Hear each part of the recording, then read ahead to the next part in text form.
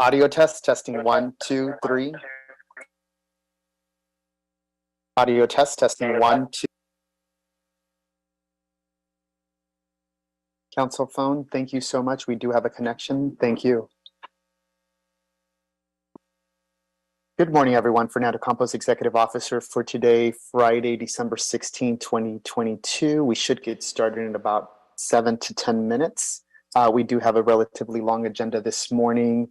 We have 14 items and several presenters. Richard, good morning to you. You should have co-host rights at this time. If you wanted to start testing, you could. I am going to start adding folks into the panel. You do have maybe like 3 minutes if you want to test your presentation before we get officially started.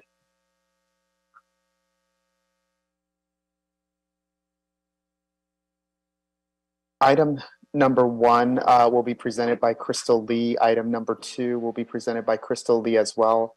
I do not see Crystal on the line. As soon as she signs in, we will go ahead and add her to the panelists at that time. Item number 3, I have Lance Oishi and Jean O presenting this item. Good morning, Lance and Jean. I see Jean on the line.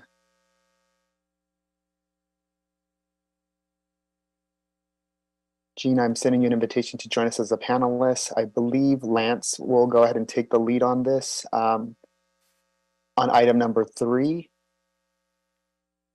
And Lance, I'm sending you an invitation to join us as a panelist. Are you also taking the lead on 4? So I'm going to be introducing both the Okay. And I also have Norman Tenata on item number 4 as well, should you need any assistance or the board has any specific questions regarding the trust fund. Fantastic, thank you. Great. So Norman, I'm sending you an invitation to join us as a panelist for item 4. And then is Shirley Lau going to join you for any of the items or just you? Yeah, Shirley's going to be on standby. So if you can promote her to panelist, that'd be great. Okay. Once I see her, she's not on the line just yet, but as soon as I see her, I will add her.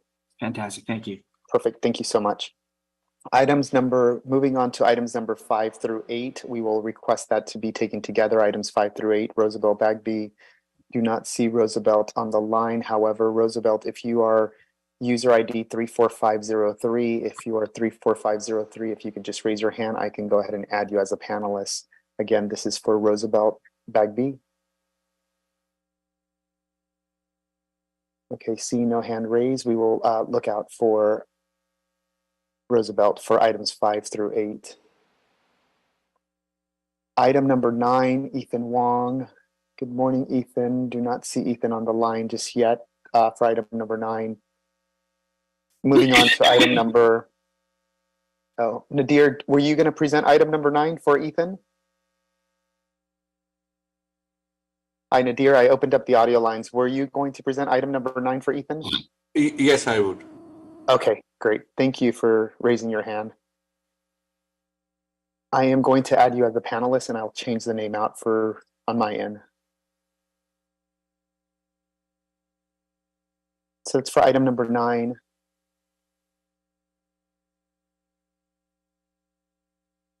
Item number 10 and 11, no presenters are required for 10 and 11. Item number 12, Paul Bingaman. I believe, Paul, you're 34503. Yeah, 34503. I'm going to add you as a panelist at this time for item number 12. And then once you are a panelist, you can go ahead and change your name from your user ID number to your full name. Shirley, good morning to you. We were waiting for you for item 3 and 4. I will send you an invitation to join us as a panelist as well. Crystal Lee, good morning to you. We were waiting for you for item 1 and 2. I will send you an invitation to join us as a panelist as well for item 1 and 2. Thank you, Dr. Campos. You're welcome. And Shirley, I have Lance kicking off 3 and 4, but having you on the line just in case. Yes, thank you. Crystal Lee, as soon as you get the invitation to join us as a panelist for item 1 and 2, if you can just accept our invitation, you'll then be added as a panelist. There you go. Thank you. Okay, moving on to item number 13. We do have a series of presenters for the Board of Public Works. We have Norman Tenata, From the Bureau of Sanitation, Richard Pedroso. From the Bureau of Engineering, we have Kevin Min and Arsen Vaskirchian. Kevin, good morning to you. I see you on the line. And I do not see Arsen just yet.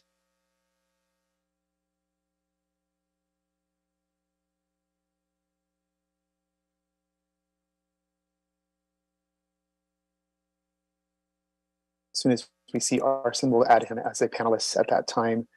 From the Bureau of Street Services, Mara, good morning to you. I believe I saw you earlier. There you are.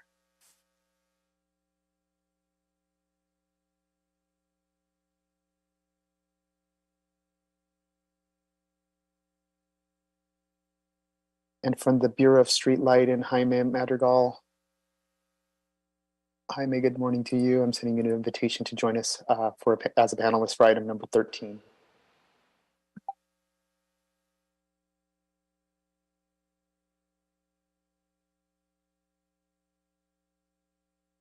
Perfect. And then we'll move on to no presenters for the Bureau of Contract Administration, nothing to report for item number 13. We'll move on to item number 14. Rachel Malarich, good morning to you, Rachel. It is a relatively long agenda, so I'm thinking at least an hour and a half to 2 hours before we get to your item. And then I'm sending you an invitation to join us as a panelist. Once you join us as a panelist, I will add you as co-host so that you can share your screen. Thank you, Dr. Campos. Thank you. And Mr. Bagby, good morning to you. We were waiting for you for items 5 and 8. I will ask the chair to see if they can take your items together for 5 through 8.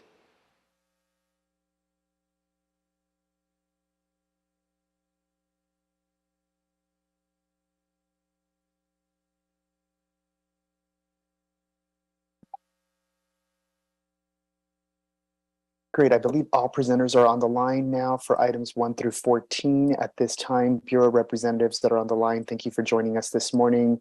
This is for Roosevelt Bagby, Ruben Flamenco, Ronald Mayuyu, Sean Yapremian, and Aida Valencia. Thank you all for joining us this morning. Should the board have any questions for your Bureau, we will open up those audio lines for you at that time.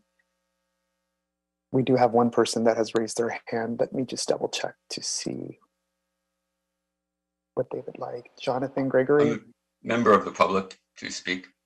Okay, I'm actually getting there just right now. Give me one second. You're welcome.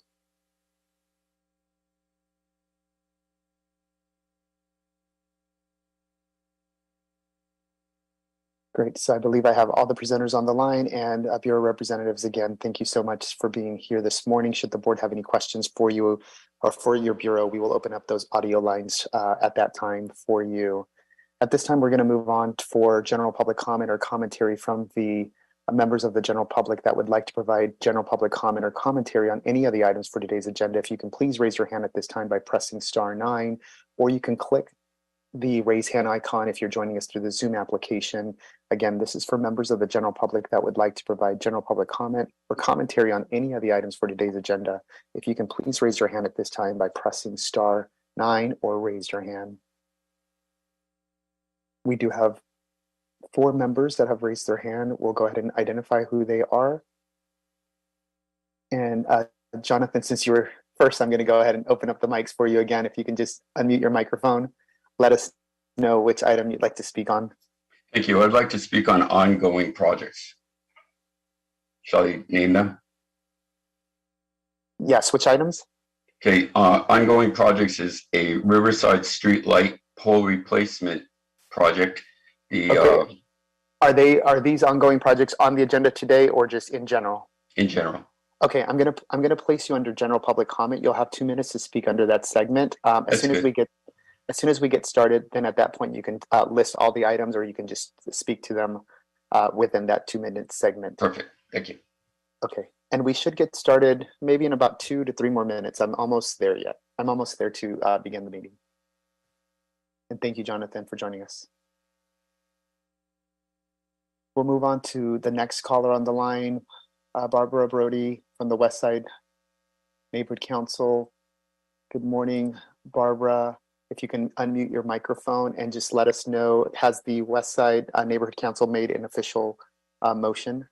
Yes, we did submit a motion related to the STAP program, which is being discussed in items 3 and 4. And I also represent Coalition for Beautiful Los Angeles. And I would like to speak to both items 3 and 4, if I may, Dr. Campos. Yeah, absolutely. And since you are representing the West Side Neighborhood Council, I will go ahead and put you in under that category for 3 and 4. You will not have a time limit under that category, but we do ask you not to repeat yourself, or if the chair hears you repeating yourself, she may ask you to conclude your presentation. And then if you do have an official letter, if you can resend that to me at my email, I can go ahead and enter that into the record. Or if you just want to present your oral testimony, that's fine as well. Thank you. Yeah, you're welcome. So I'll put you down for 3 and 4. Thank you. We'll move on to the next caller on the line. Call-in user _1. Call-in user _1. If you can please identify yourself and which item you'd like to speak on. Good morning. I'd like to make a general public comment, please. Absolutely. Thank you so much for joining us this morning. We should get started in about 2 or 3 more minutes, and I will go ahead and add you into the queue. We do have one caller before you for that. As soon as we get started, we will open up a general public comment at that time. And thank you very much for joining us this morning. And the last caller on the line is Tess Taylor. Good morning, Tess. If you can just let us know which item you'd like to speak on. Good morning. I have a point of order first.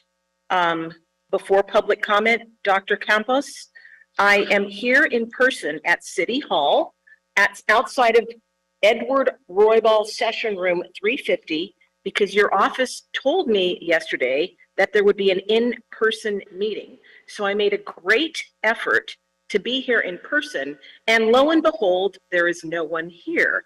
Thank goodness I have my laptop with me. So I have, yes, a public comment, which I will make at the appropriate time. Would that be now, or are you still doing introductions? I'm just doing introductions right now. We're identifying who's on the line. As soon as we get started, we'll put you down for public comment. May I suggest, Dr. Campos, that you make sure that your staff knows when meetings are in person and when they are via Zoom, because I have wasted half a day to be here physically. I wanted to meet you and the board in person, and now I will not have that opportunity. So I will wait for my moment of public comment, and please make sure your office staff knows when and where meetings are. Thank you. Absolutely. And Tess, I apologize for that. I will have staff open up the chambers for you. You're more than welcome to come into the boardroom. You will see the screen available, and you should be able to hear us as well. But you're more than welcome to stay on the laptop as well. So I will send that message to staff. They are in City Hall this morning, and I will communicate that to our board secretariat office. Okay. Thank you. Dr. Campos, can we let Tess know that every Wednesday, right now, every Wednesday, the board currently meets in person. And that is the only day currently that the board meets in persons are on Wednesdays. I appreciate that, sir, but that's not what staff told me when I called yesterday. So as long as everybody has their story straight and consistent, that's all I ask, because I'm not being paid for this. And so I wanted to, in response to your statement, make that clear right now. Okay. Thank you.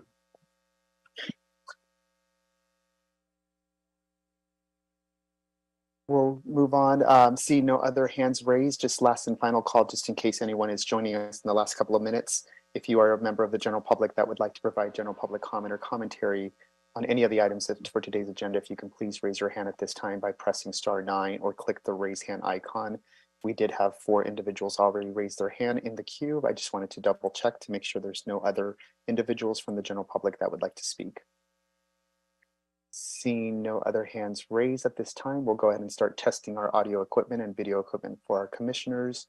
Good morning, commissioners, to you. If you can open up your audio lines and video lines. I heard Dr. Davis and I see him, so I'm going to go ahead and spotlight him first for everyone. Good morning to you, Dr. Davis. Good morning. And Commissioner Corzine, good morning to you. Morning. Spotlighting VP Villegas, good morning, VP. Good morning. And good morning. And I see Commissioner Reyes, good morning to you. Good morning. Happy Friday, everyone. Good Morning. Happy Friday. And I see President Garcia in City Hall in her office. Good morning. And Mr. Jordan's everyone. good morning, and Mr. Jordan's on the line as well. And Dr. Davis, I'm going to go ahead and change your name. Thank you, My sir. N. Thank you.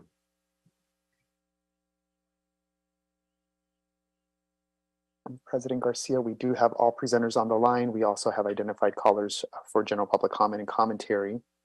For today, we can get started and turn on the audio equipment if you're ready. I'm ready. Great. Let me go ahead and start that for you. President Garcia, you're now in record mode. Great. Thank you very much.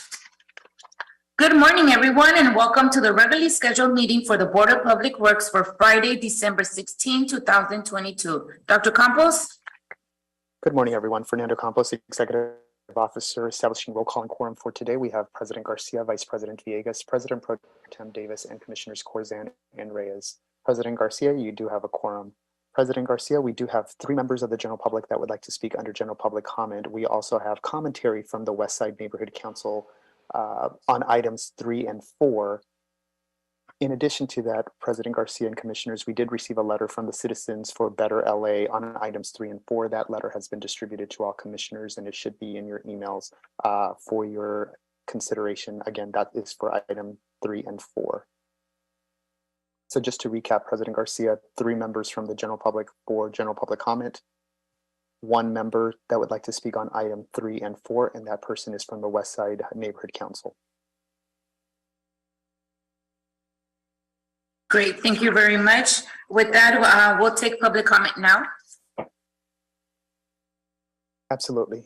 We'll go ahead and start with Jonathan Gregory. Jonathan, good morning to you. If you can unmute your microphone at this time. The Board of Public Works is now considering general public comment. You'll have 2 minutes to speak under this category. If you can please go ahead. Thank you very much. I first would like to thank each of you for hearing public comment, and more importantly, for taking it in sincerely and putting your personal attention into what you're told by the public. It takes time for people to be here, as you heard earlier from the woman who went in person. First, a disclosure, I'm not being paid, clearly. I'm a member of the community in the community of West Toluca Lake, that's in zip code 91602, part of the neighborhood council called Greater Toluca Lake Neighborhood Council. I'd like to bring to your attention 4 issues going on in that community that are greatly negatively impacting the perception of the Bureau of Street Light Maintenance and also overall public works. Okay, so I'll get right to it. The first one is a project on Riverside Drive between Camarillo and Vineland, which is called a street light pole replacement project. The vendor is Servitech. What I'd like you to know about this project is it's going on and on and on, and it is still not. It's a +$1 million project. The poles are in, it isn't working. There's no communication to the community on exactly what to expect. In other words, ineptitude is showing its evil head. It shouldn't be the case. A member of our community has spoken with the project manager, Janet Kwan. You can hear it's not as if I'm calling in with a general complaint. There's a lot of work that our community is doing in order to confront all of the horrible influences going on in Los Angeles. Okay, this is something that really does require your attention, because street lighting has everything to do with safety, and we don't have to talk about what's impacting safety because we all know it. The second issue is the vandalism that's occurred to the streetlights throughout the community of West Toluca Lake. More than half of the streetlights are not working for a prolonged period of time. Once again, no communication, no explanation exactly what to anticipate. There's one thing called a delay, but without the communication to give a commitment of exactly what the performance expected and meeting that commitment, it's just an unrealistic, untenable situation that requires your involvement in what's going on. We're not getting to where we need to get as a community. Therefore, we're turning to you, the commissioners, to take a look and see what exactly is going on, because it looks to the community like ineptitude. The next project, I'd like you to know that the condition of the sidewalks and streets are really, really bad. And this is an upscale community, yet it's being treated like a very, very non-existent community. Just take a look. I know it's on your agenda with the sidewalks, but it really is serious. And the last thing, a very important thing I'd like to call to your attention, in order to save money for taxpayers, is the tree-free permits to remove a tree. I've gotten a permit to remove a tree, but I can't get the permit without agreeing to an unlimited exposure to fees. I'd like you to take a look at the process when you receive permission to remove a tree. That's they call it a parkway tree. The tree's dead or diseased. I can't get the permit or get it done without committing to an unrestricted exposure of financial obligation for replacement trees and delivery trees. In other words, it's not. Speaker, please try to wrap up your comments. You've exceeded your time. Thank you very much. I do appreciate it once again. Thank you, Jonathan. We'll move on to the next caller on the line. Call in user _1. If you can please unmute your microphone at this time. The Board of Public Works is considering general public comment. You'll have 2 minutes to speak under this segment. Please go ahead. Good morning. I'm a stakeholder.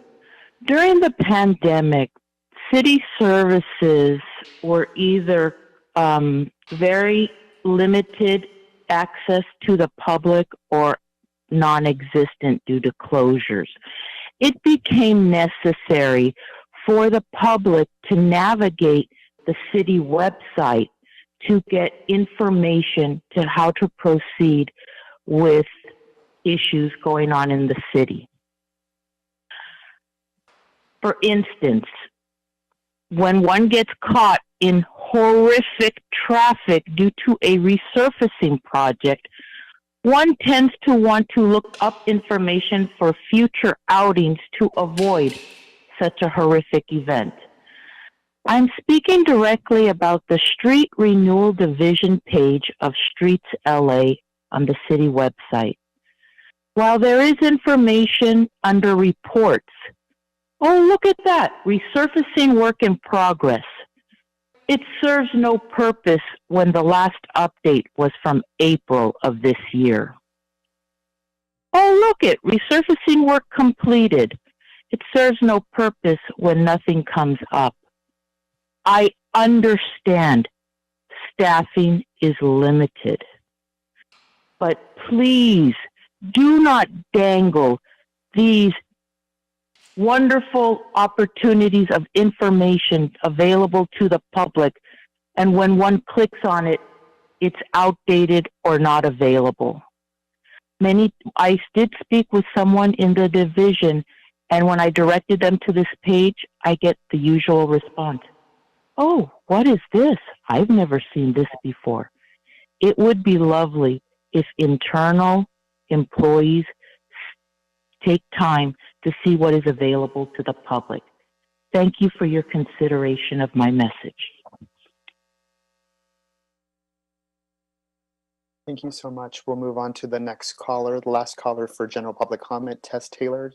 Good morning, Tess, again. If you can please unmute your microphone. The Board of Public Works is now considering general public comment. You'll have 2 minutes to speak under this segment. Please go ahead.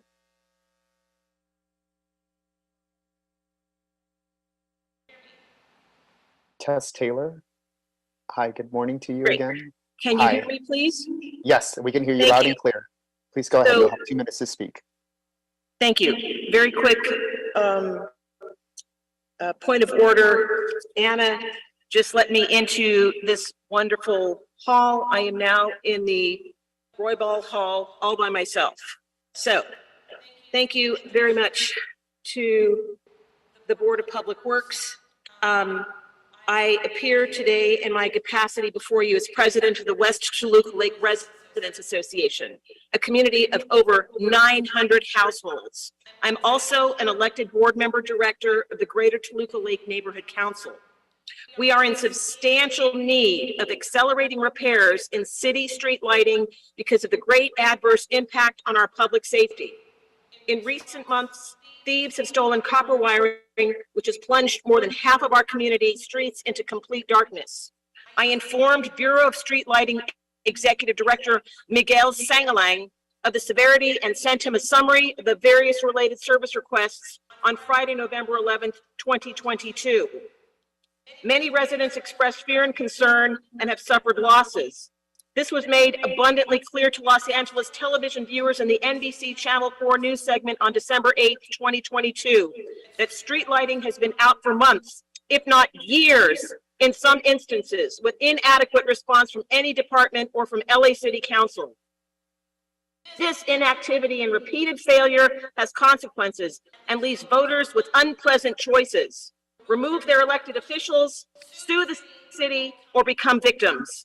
Where do you suppose those victims of crime will go to seek restitution and punitive damages?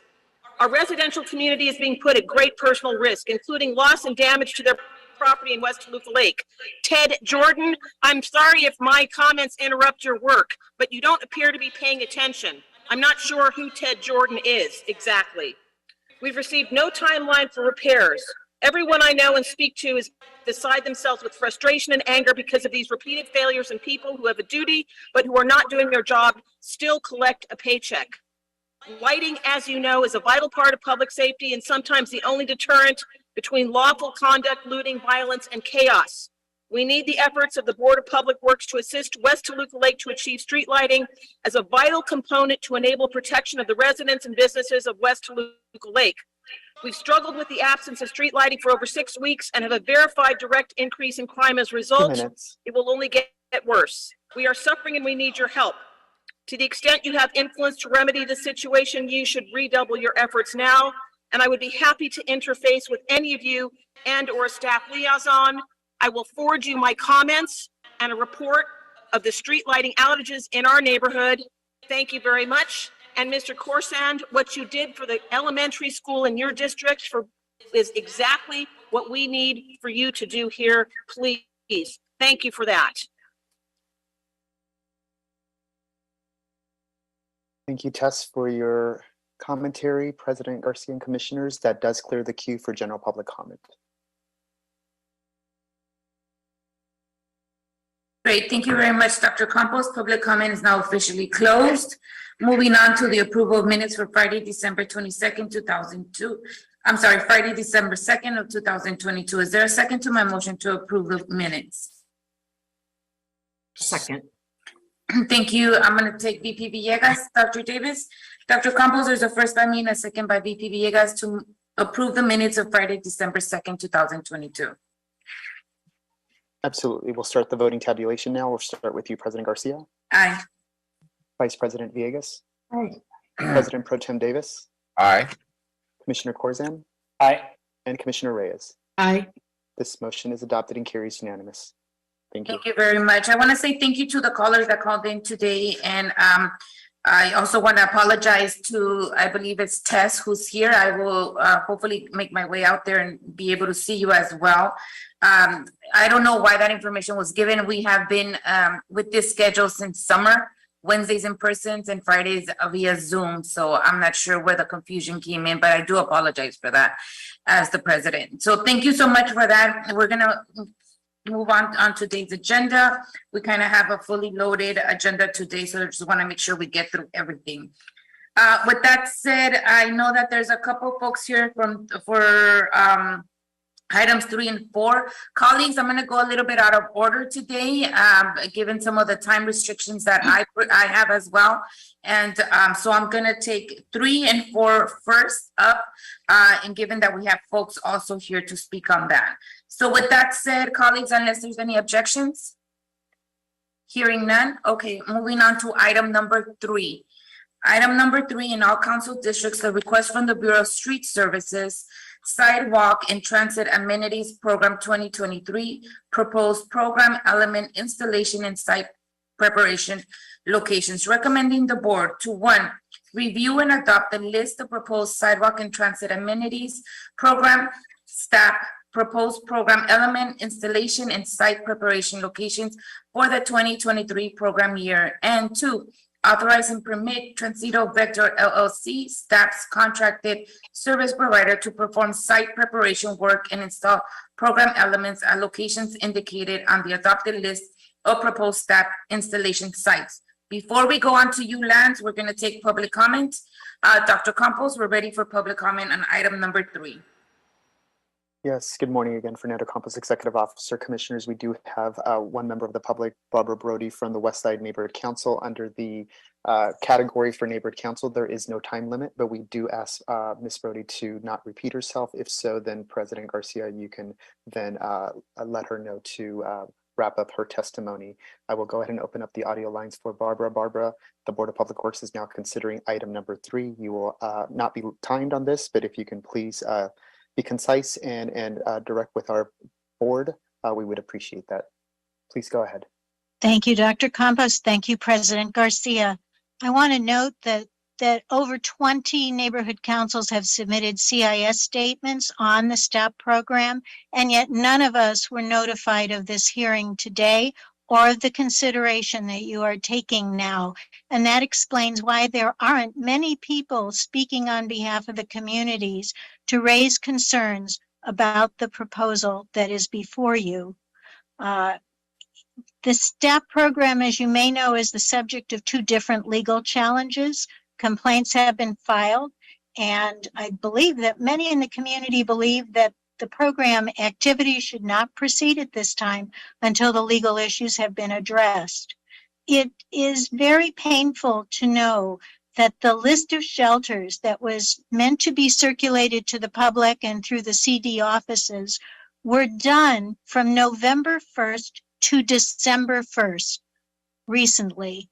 This means that the shelter lists were released at a time when council offices were closing down, when staff were leaving or had left, and when new council members had not yet been installed.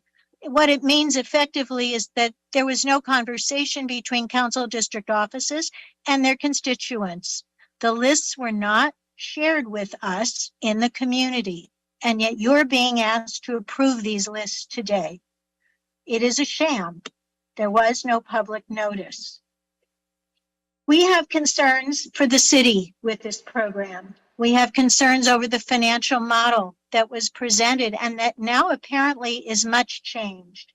We learned and are looking at a budget increase that was included in the STEP program rollout schedule that we assumed was meant to be a schedule of timing and installation, but instead appears to include a 161% budget increase to the city, raising the cost of this program to over $300 million from the $236 million that was presented. In addition, many of the program elements that we were promised as citizens of Los Angeles, Wi-Fi, different attributes of the program, are no longer considered to be essential elements under the contract, which means that if they take place, they will cost more money, and the city will have to pay for them. This is troublesome. We know that funds are going to be limited. There will no longer be big pandemic bonuses to the city, and the city will face, as the state is facing, financial challenges. Having a program of over $300 million to deliver 3,000 transit shelters means that in the crudest of calculations, we will have transit shelters that cost over $100,000 each. Granted, they're meant to generate advertising revenues, but the revenues are questionable as presented to the city. So we have concerns. There's language that says should accepted and excluded programs negatively impact staff revenues, the city will in good faith consider any request from contractor for financial or other program relief. This is problematic. The minimum annual guarantee to the city is not guaranteed. It should be retitled. We have concerns about the 10-second message rotation that is actually defined in the document. What happens if a transit shelter is at a location and increased accidents are seen, hitting pedestrians, bicyclists, whatever? and that the driver distraction that has been documented and presented to this board actually take place. You have 10-second rotations. You can't change it to a 3-minute or a 5-minute rotation, which would reduce the visibility of signs to passing motorists and reduce the driver distraction. We tried to raise this issue earlier. It was never heard. It was never addressed. What has happened to the hundreds of promised shade structures? We've never seen a rendering of them or know whether they're included in the program or will be rolled out later at added expense to the city. This sounds like bait and switch. You're going to get shade structures, but yet they're not in the program yet. You've never seen drawings of them.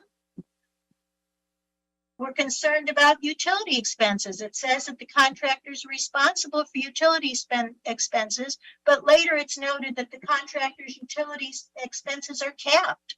Does that mean the city has to assume those expenses? One would assume so. How much? Is it unlimited? The contract has additional financial problems. There's language that says it must adhere to capital budgets with no cost overruns, but then it allows cost overruns and adjustments. Which is it? Site objections by adjacent property owners don't take into account programs such as the sidewalk dining program. Notice must be given in advance to adjacent businesses and property owners. Will that happen? How will it happen? Can neighborhood councils be consulted? We also participate in tree planting programs. Will shelters make it impossible to plant trees on our streets? Our community has a pedestrian-oriented district and a neighborhood-oriented district that bars changing digital signs. Will our neighborhoods be protected? Will we be forced to take these structures which compromise our ability to challenge other digital structures? Did you know that one of the sites in your list also is listed in the Metro Transit Communications Network for full-size digital billboards facing the street? There doesn't seem to be good coordination between the two programs here. What about scenic highways and roadways? The chart that was included in your packet today is difficult to read. We can't tell which of the locations are truly protected.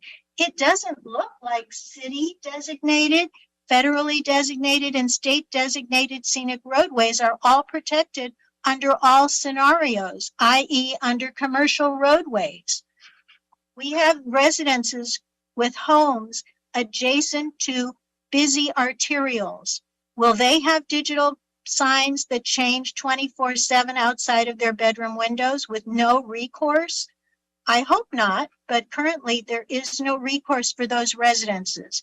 And as you know, the city is putting more and more housing on commercial corridors, which means if these changing digital message boards at night change 24/7, they will be subject to the flickering, what we call 24/7 digital sunrise. That's troubling. It destroys quality of life. People should not be forced to have blackout shades in their homes. I will conclude by requesting and suggesting that there should have been lessons learned with the problems of the current contract, and that a full financial review of both the expected revenues and expenses by a neutral party is needed now before this program goes further.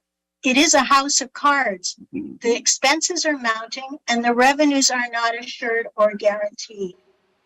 And there are serious negative impacts with what many consider to be a faulty CEQA process. So this is important. The other final point I want to raise is that this program was presented as one that was meant to provide equity and to address the communities that are most subject to heat and in need of shade and shelter. By dividing and having an equal number of shelters in each council district area, that promise has been broken, because we are going to be delivering an equal number of shelters to CD11, which is next to the beach, to CD5, which has ocean influences in much of the communities. We are not subject to the heat of Sunland, Tujunga, and other neighborhood councils that submitted community impact statements. And yet we will have the same number of shelters because The financial returns are best in our communities and not in those communities that need those shelters. I would suggest that the department look at a hybrid program, one that allows a vendor, someone, somewhere, to pay for the shelters that are needed, to actually construct them and roll them out quickly and provide the shade and shelter that's needed, whether the city makes money off of these shelters or not. It's important to meet the public safety needs and to promote the protections that transit riders should have, not wait until the $300 million magically appears or not. I thank you for your patience with my lengthy comments. Thank you, Barbara. Thank you for your testimony. Commissioners, I also received Google comments that were forwarded to your email address, and they should be in your email for items 3 and 4 as well, along with the letter from the Citizens for Better LA. President Garcia, that clears the queue for item number 3 for public comments. Great. Thank you very much, Dr. Campos. Public comment for item number 3 is now officially closed. With that, I will turn this over to Lance and Jean O from Transito. Lance. Good morning, everybody. My name is Lance Owishi with the Bureau of Street Services, and I'm the city's contract manager for the Sidewalk and Transit Amenities Program, as well as the city's bus bench program. And combined, we call them the Urban Transit Amenities section that I manage. This morning here, I'm here to present our list of selected sites for 2023. But before I do that, I'd kind of like to explain a little about the STAP program for those that may not be familiar with it. Again, STAP is the acronym for Sidewalk and Transit Amenities Program. And this is a city construction effort to actually provide shade, safety, shelter, and comfort to our transit riding public and those pedestrians utilizing our sidewalks. STAP itself is a necessary project because what it does is it prioritizes bus stop development as a feature of our streetscape environment versus the way bus stops have been treated in the past as an afterthought. STAP will not only provide shade and shelter, but we will also be providing a lot of site work that'll make our sidewalks ADA compliant. And so it's a construction effort that we foresee taking over 5 years. And just as an example right now, some of our rail construction projects that are being pursued by Metro are in their 8th and 9th year of construction. Our convention center reconstruction that happened back in the early 2000s took over 5 years to complete. And so STAP is similar to that process where it is a construction effort that's going to take a number of years to complete.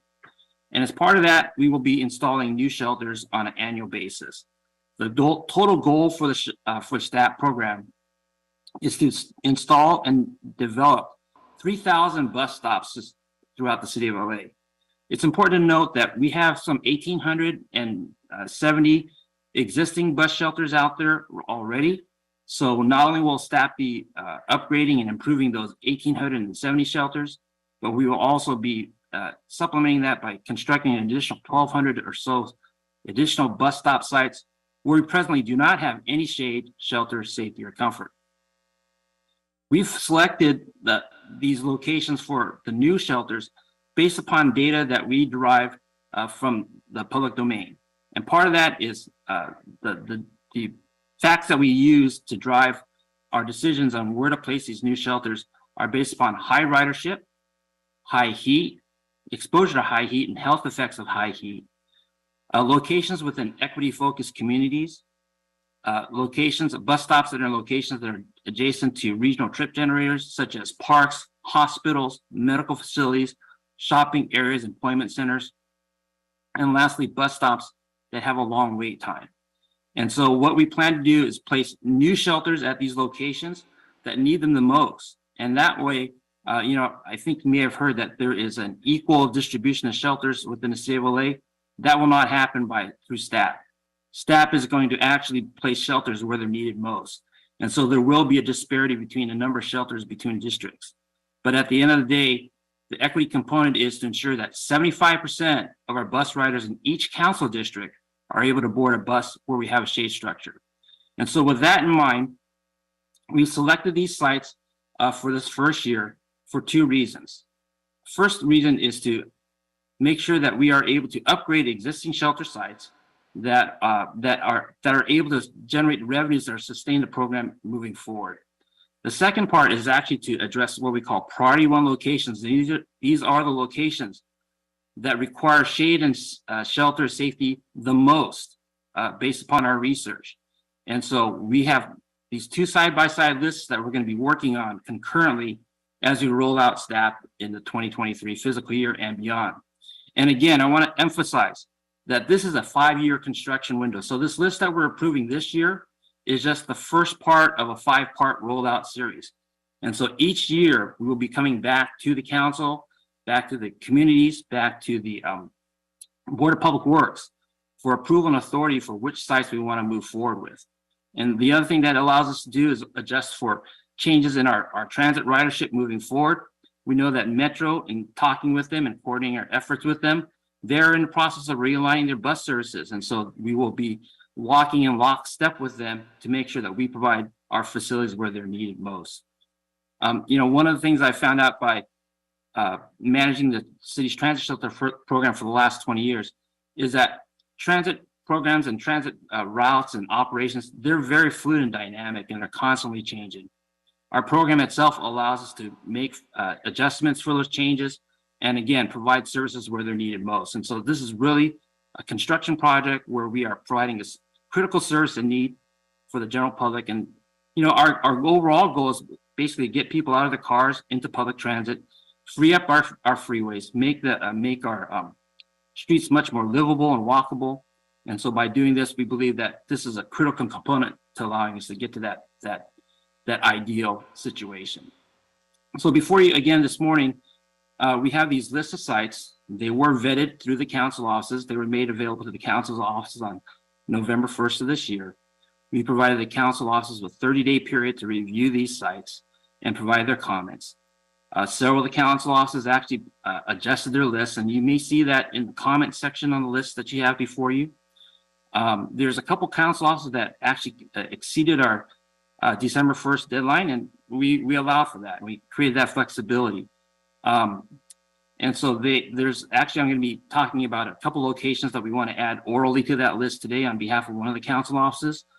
But beyond that, we also made the list available on our website for STAP in November. And so the lists are also available on our website, which is at streetsla.lacity.org/STAP program fact sheet.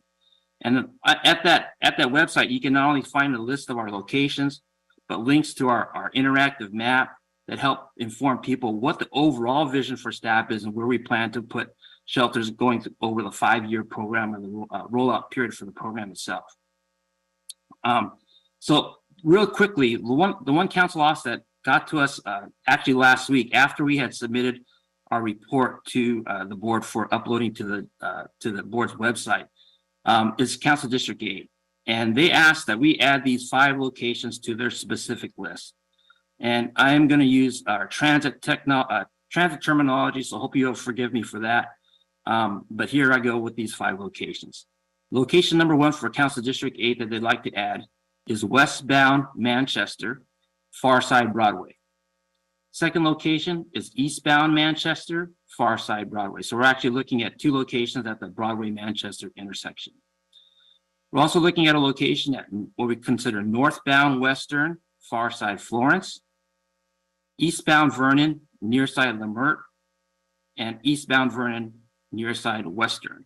And just as a matter of our nomenclature, the eastbound, northbound, westbound, that's the direction the traffic is moving on that particular street. And the direction the bus is traveling, servicing that bus stop. Near side and far side of the intersection.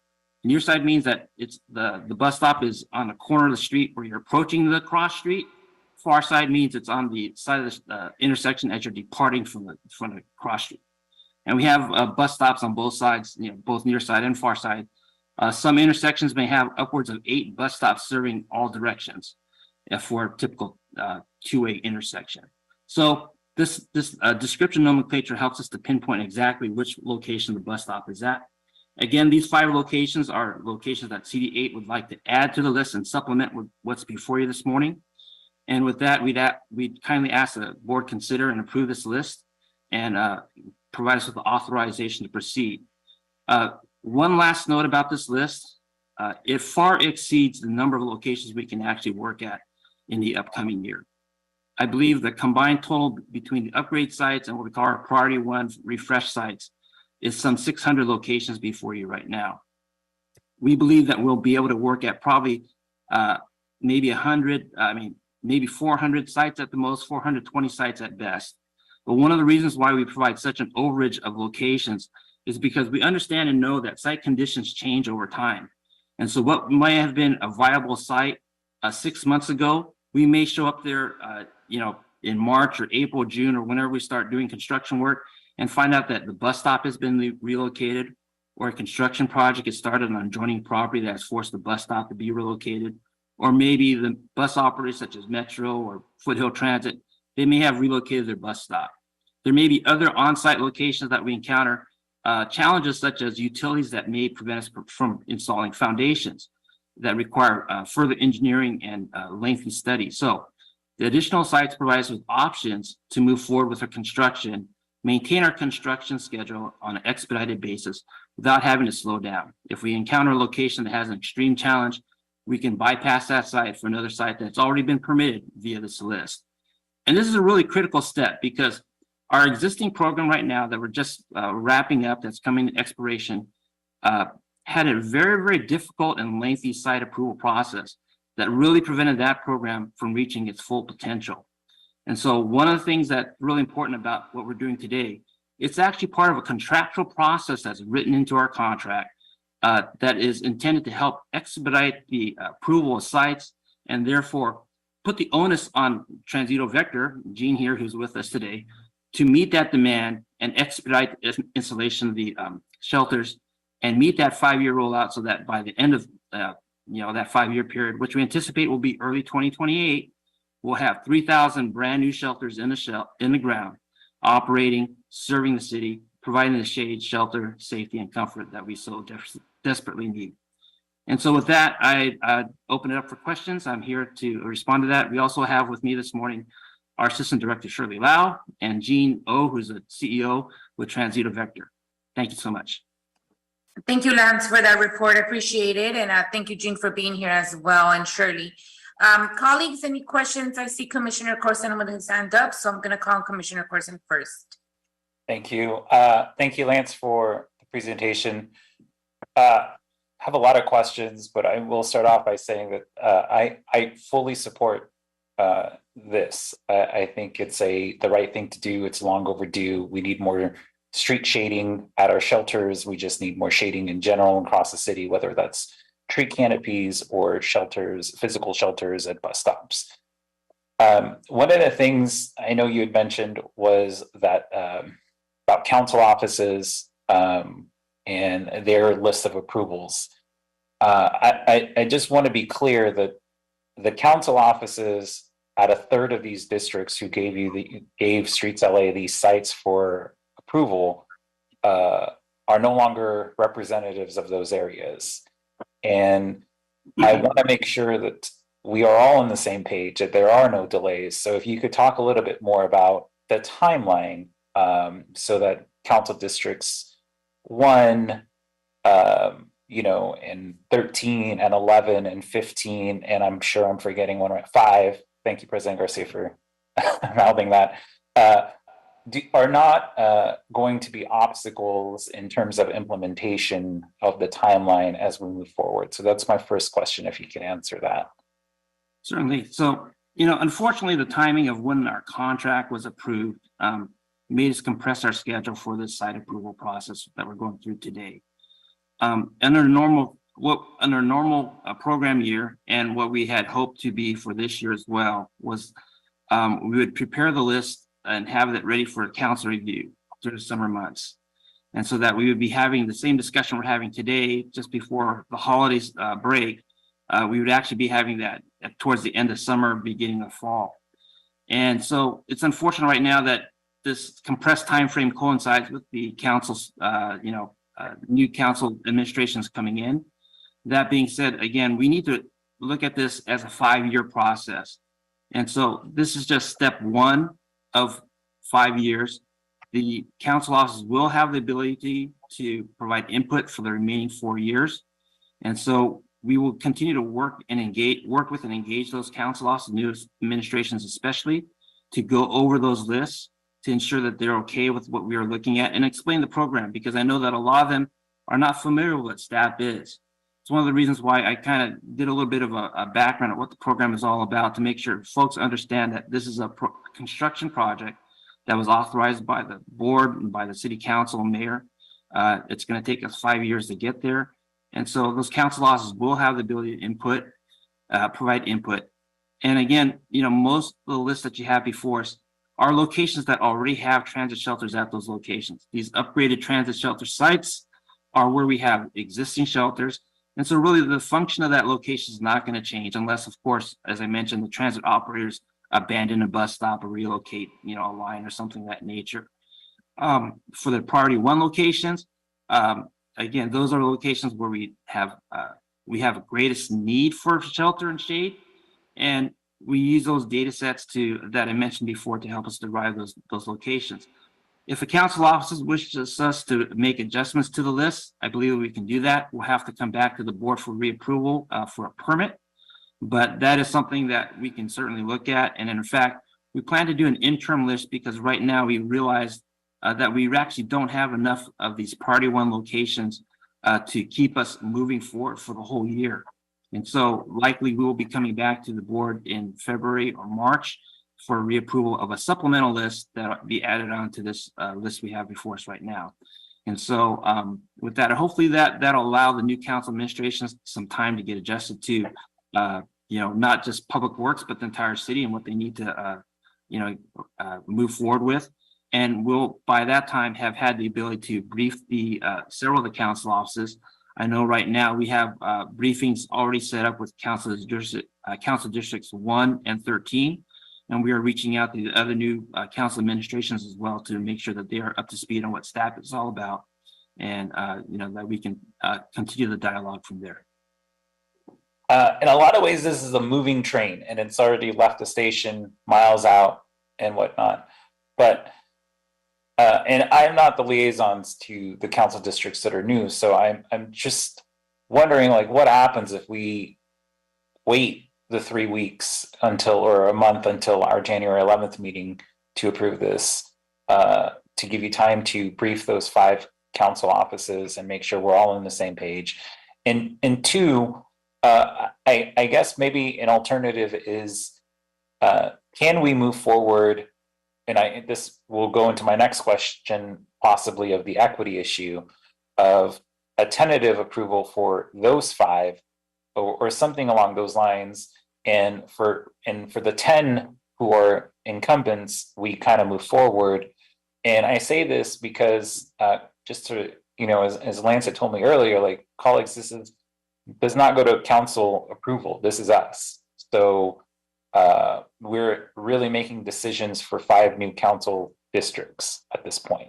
So I want to be mindful of what that looks like in 5 years is a long time, and what that looks like in terms of collaboration and what it means to their constituents as well, and promises they've made on the campaign trail.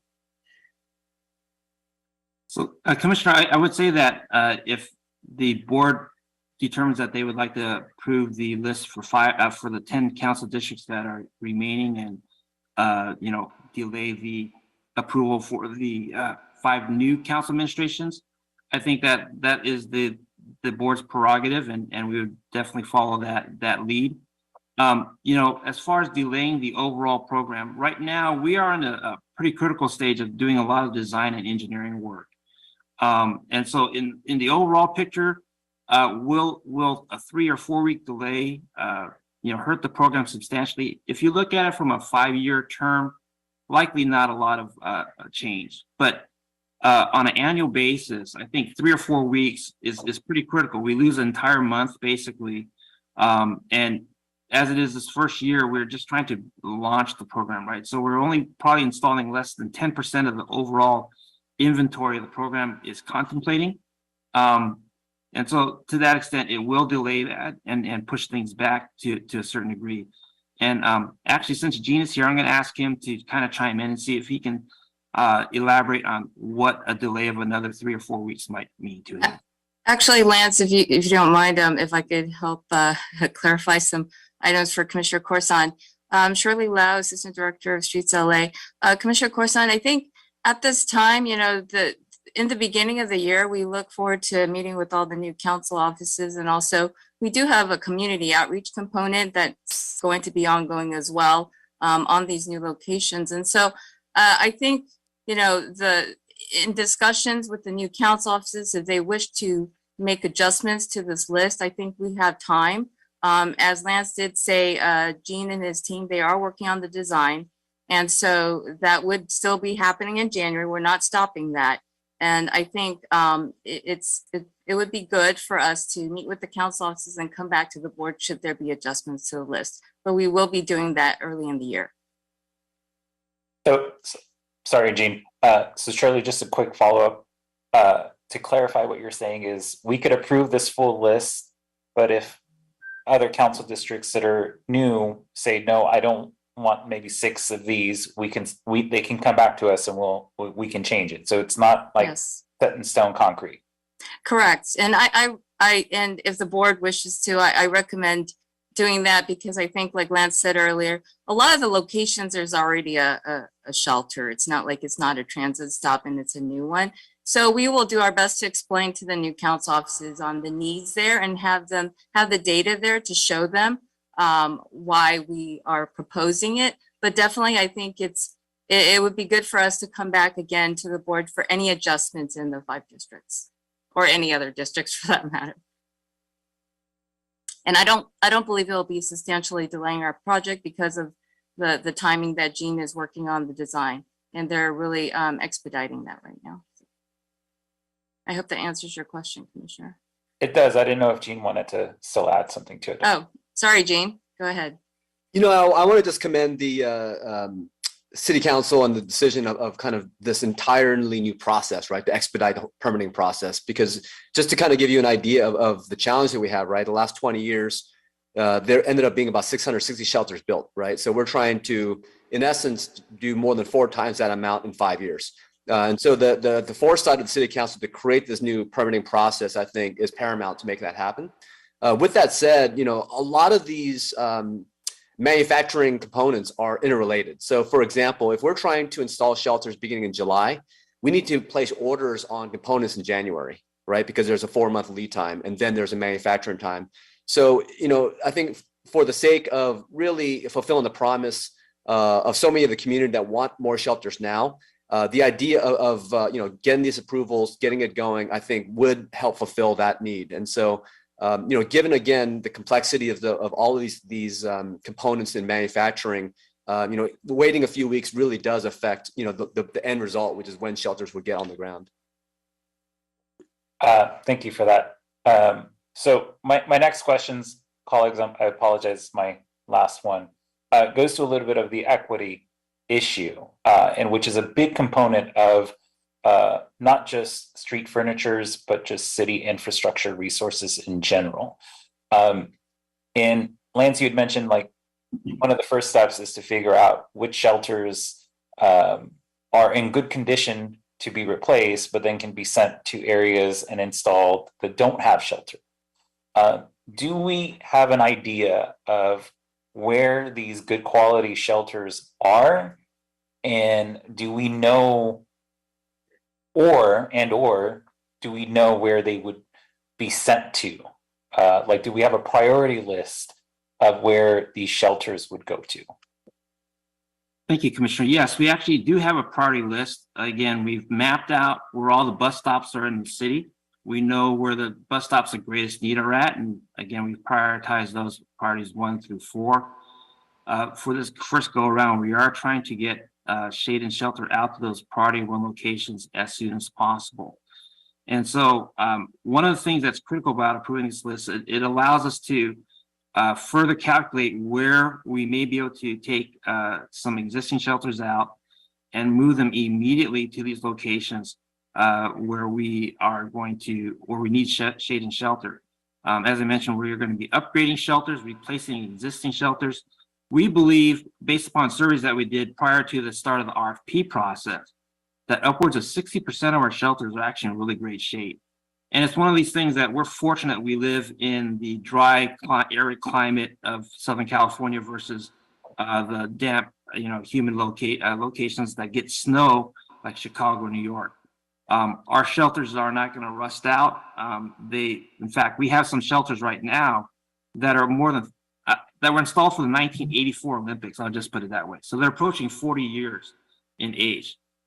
We mentioned that Outfront Deco has installed some 600 shelters since 2001. And so, we know we have a number of shelters out there that are salvageable, that are in really fantastic shape, that we can relocate to these Priority 1 locations immediately. You're not going to have to wait 3 or 4 years for a new shelter to be fabricated to put something out there. We can put a shelter out there immediately by again, refreshing some existing shelters that we're taking out, reutilizing them, putting back into play. It also helps us address our sustainability goals for the program. So we're not just wasting materials that are out there on the street, but we are reusing them in a creative and thoughtful manner. And we believe that will help us more quickly address the equity focused issues, because we are going to be able to expand the shade and shelter much more expeditiously in that manner. So my concern in response to that is there's equity and there is equality. And by taking repurposed shelters from areas that have them and delivering them to resource-starved areas is more equality than equity. And in resource-starved areas,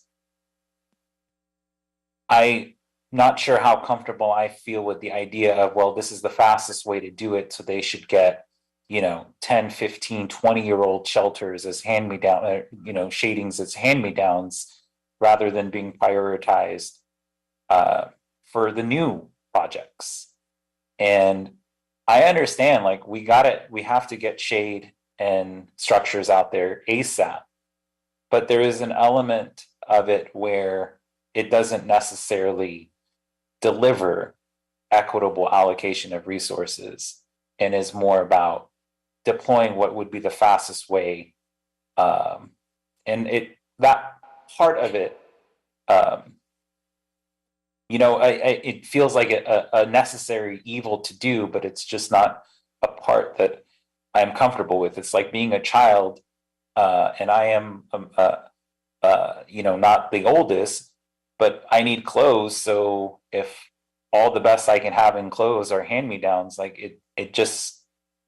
it's that type of vibe. And I hear that could be a necessary evil to it, and we will replace them within 5 years and give them new ones. But I almost feel like when we have a city starve certain areas of infrastructure and resources, maybe they should be prioritized in our funding.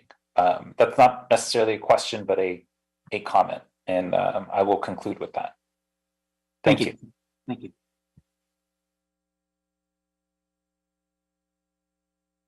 Thank you, Commissioner Corson, for all your very valid points, and look forward to kind of deciphering through all that as we move forward.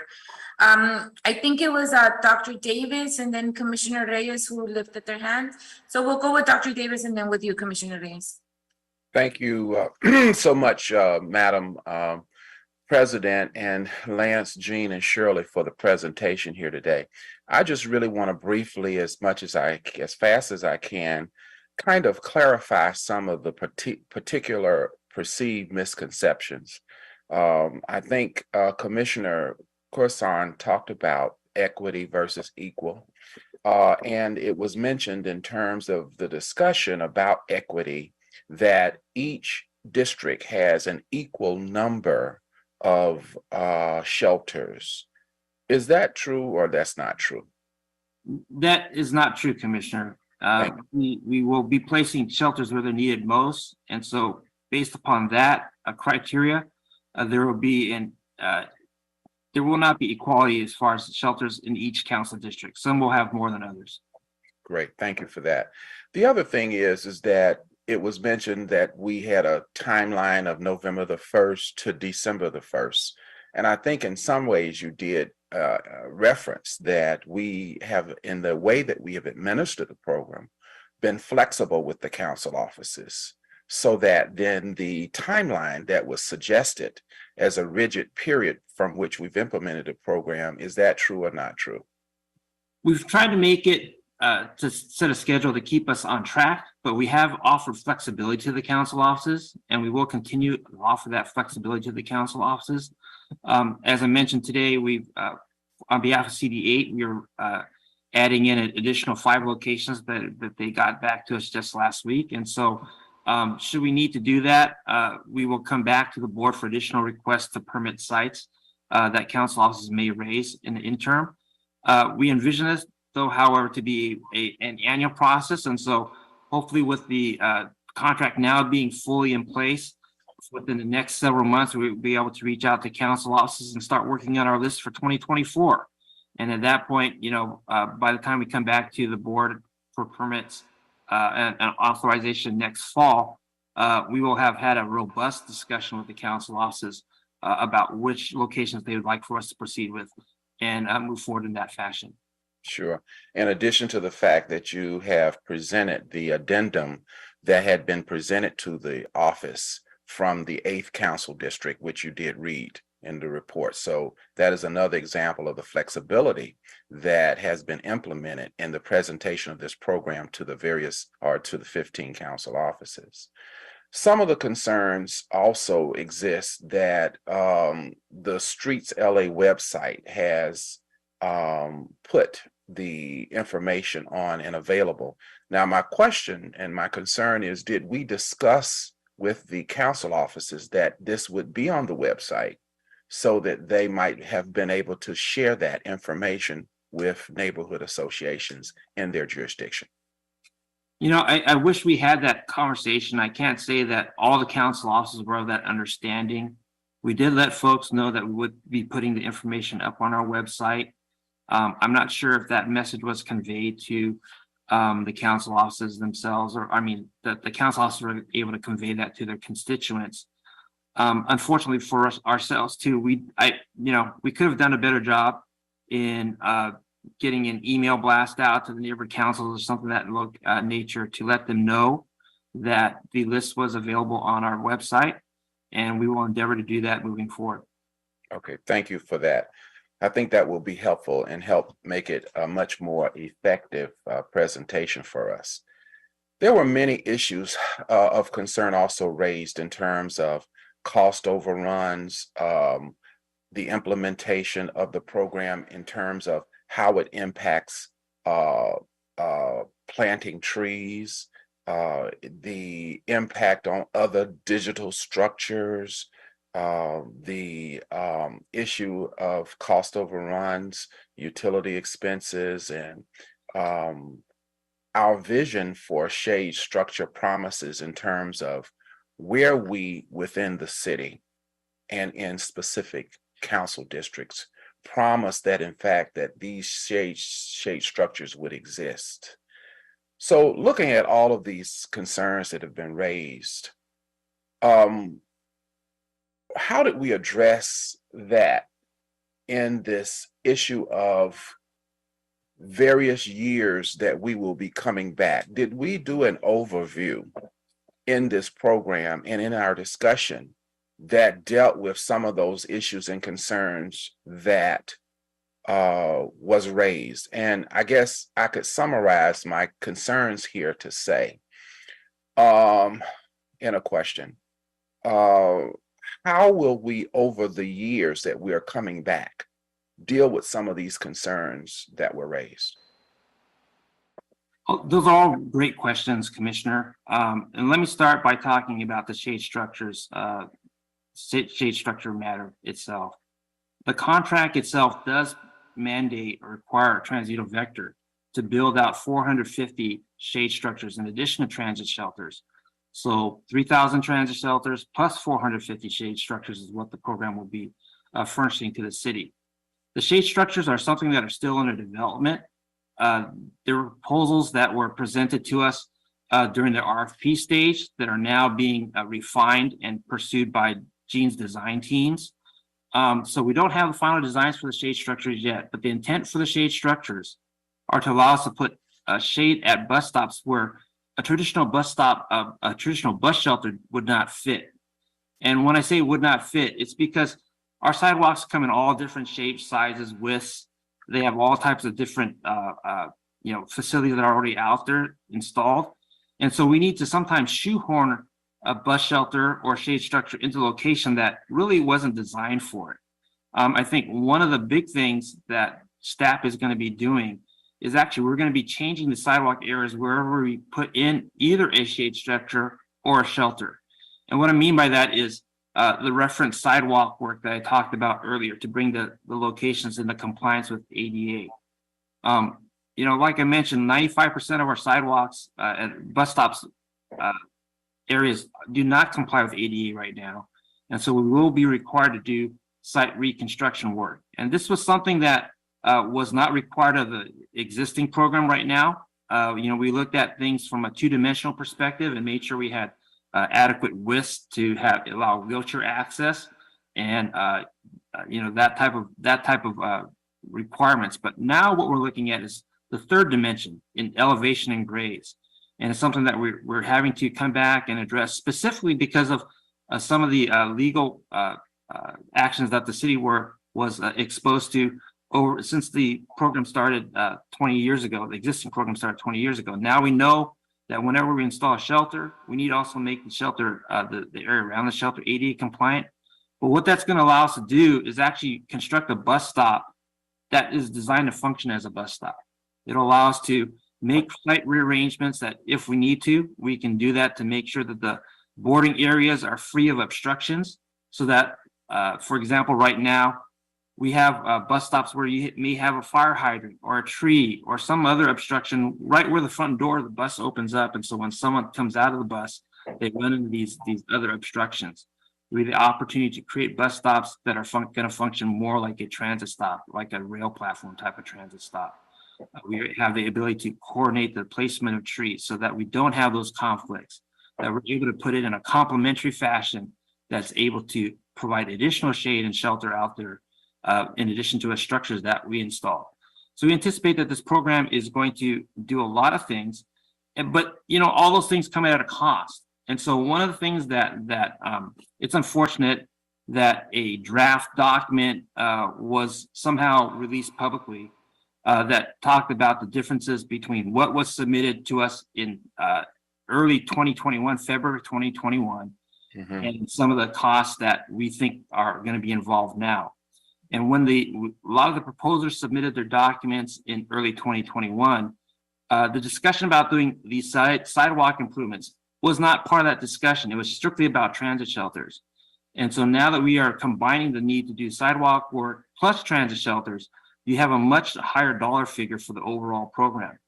We believe that the sidewalk work itself is it's equal to, if not a little bit more than the actual cost of the shelter installation, fabrication installation itself. And so that's where a lot of the delta that you hear about as far as cost increase go, come into play. We also have to make adjustments for things like prevailing wages and inflation. And so those are things we expected to happen over time. And again, 300 million we think is a very, very doable figure.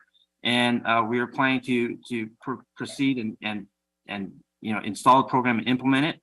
One of the benefits of this program is the fact that it is revenue generating and it's able to pay for itself. So at the end of the day, even though the costs are 300 million, we think that there's enough advertising revenue dollars out there that'll help sustain the program, pay for it, and still derive revenues for the city. So, there's a lot of questions. Yes, we don't have all the answers to that. Part of it is just, we'll find out over time how things actually roll out. But based upon historical data and what we know about the market here in LA, and especially our need for transit shelters, we believe we've built a successful program through the tenets of the contract. We did correct a lot of the problems from the previous contract. And so we believe we have a contract that is going to set us on the road to success, to get us the shade shelter that we need for our patrons and also improve our street environment. And sorry, Commissioner. No, go ahead. If I may. Sure. I just wanted to add to Lance's comment. And, when we were estimating early on, when we just had the contract approved, we did want to just kind of get the big picture, and it was just an estimate. And so as we move forward with actual construction in 2023, we'll be able to report back on actual costs. You know, costs of labor and materials, they're all fluctuating. And so I think it's very important just to note that we were estimating for the entire program over a 5-year length of construction. And so we will be reporting back both to council and to your board on actual costs and how we're moving along with, you know, utilizing the capital costs and also revenues generated from this program. So I just wanted to kind of add that note in there. Thank you. Yeah, I want to say that I do believe that we will be financially successful in terms of the model that we have put together, and that we will deliver the overall project of the shelter. However, the concern would be how we deliver it, and we've discussed that just a few minutes ago in terms of equity and equal, but also the impacts of what we are delivering on the constituents and the citizens of Los Angeles, and how we communicate those things. And even in fact, if they are not a part of this phase, the $300 million phase, at the same time as we embrace what impacts of what we're doing is, we have to bring the customers, the constituents along with us. How do we do that? We do that by talking about what our vision is for the impacts, even though they have not occurred yet. Our vision is, as we look at some of these issues that might impact us, planting trees, the impact of digital structures, the promise of shade structures overall, our vision is this. And as you say, as we walk along across the street, those things may change, but we have let the customers know what our vision is for those things yet to come. And I think perhaps what is missing is our vision for some of the concerns that our customers have about what we are all sure that we're going to deliver. We're going to deliver shelters, but they deserve to know in doing this what our vision is for these unforeseen, unstated impacts for which we have concerns. So my summary and conclusion would be, can we find a way to have a discussion about our vision for some of these impacts to the implementation of shelters that we are going to have happen as a result of the proposal before us today? And thank you all so much, Lance, Jean, and Shirley, for this presentation. And as Commissioner has said, Vahid has said earlier, this is a moving train. So having said that, as we're going along, we want to say we're headed to the valley, but along the way, we're going to go down Mulholland. We're going to pass Lookout Mountain Road so that they know what our vision is as we're on the way to the valley. Not that we're just going to go to the valley and then, well, what's going to happen at Lookout Mountain Road? What will we anticipate as we go further to Mulholland? Let's give them a vision of what we think will happen along our journey. Thank you so much. Thank you, Commissioner. I agree with you 1,000%. And one of the things I failed to mention was that we are going to continue the community engagement process. We believe we had a fairly robust community engagement process leading up to the execution of the contract. Unfortunately, we apparently took a little bit of a break from that, but we were waiting for Jean's team to bring upon their community outreach team. And we've been actually, one of the things we've been talking about with them for the last couple of weeks is how exactly we're going to strategize to get that word out and provide that vision to the city's various communities. And so we will be working on that, and we thank you for that recommendation 1,000%. Thank you. Thank you, Madam Chair. Thank you. I know we have President Garcia that just stepped out, but we still have questions and comments. So Commissioner Reyes, please, you have the floor. Thank you. Thank you so much. I'll try to be short in the interest of time. Thank you for the insights of my fellow commissioners. I am with you on the equity side as well. And I think embedded in the proposal and the contract are many opportunities for refinement and adjustments and the flexibility, I really would like to emphasize the consultation and the communication part, that the stakeholders are not an afterthought, that they are from the very beginning included and in terms of their feedback and their thought process about specifically, you know, those locations that we're talking about. We really have to be intentional in what we do with this project, because this is a huge investment that has a lot of public benefits to the constituents that we all serve.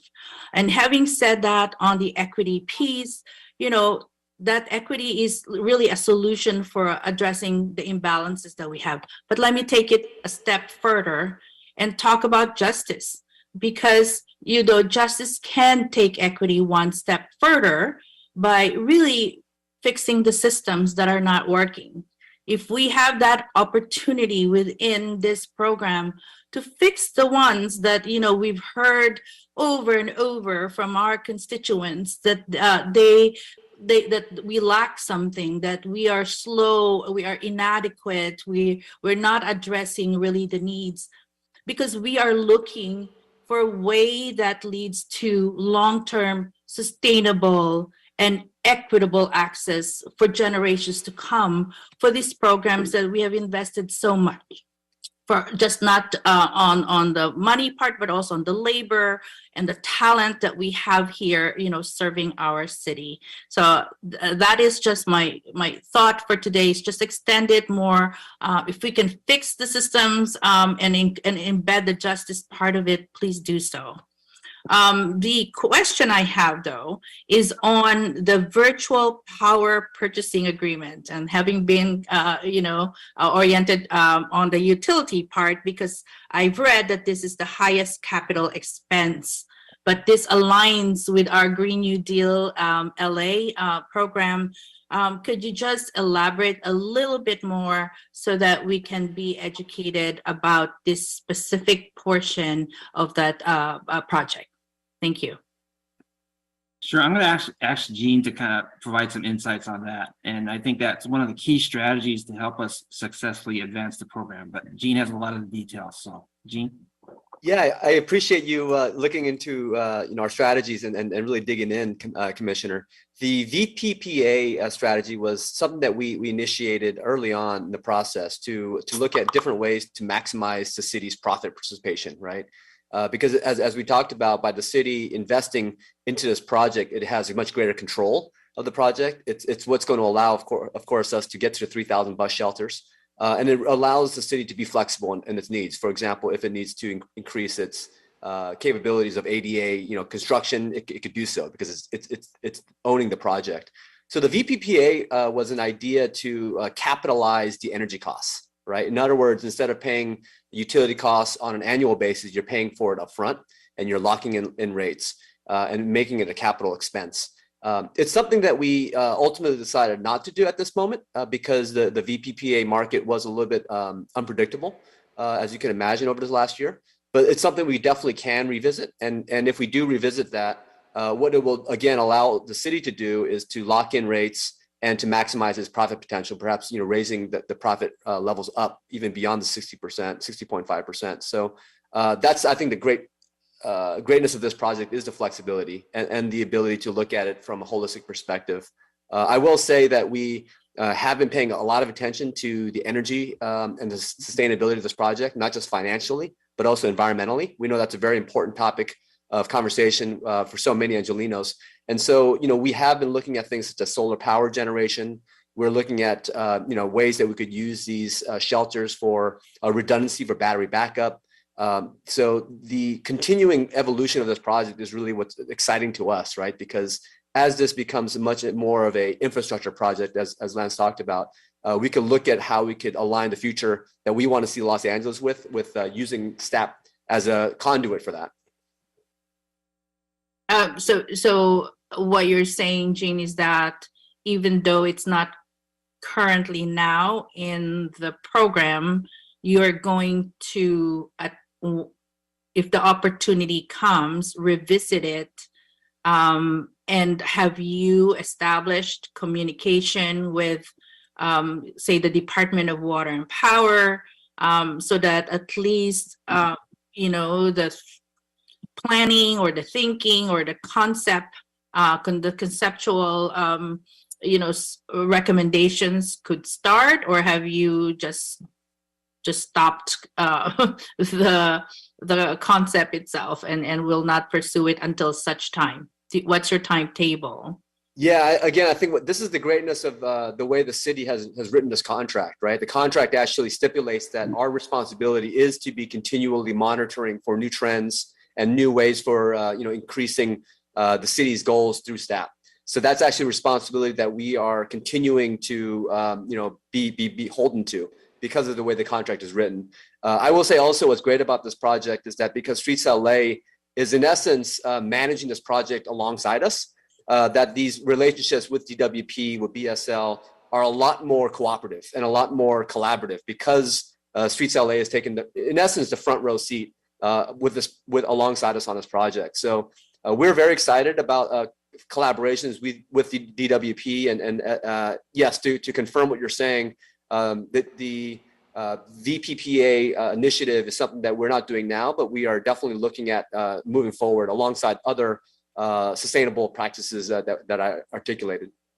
So from what I know, the LA 100 equity strategies of LA DWP talks about VPPA. So it would behoove me or us to make sure that there is a connection and that moving forward that it can be integrated into this program, because there's a lot of renewable energy and infrastructure monies that are coming up, and who knows, there would be some monies on the side that will help make this sustainable in the near future.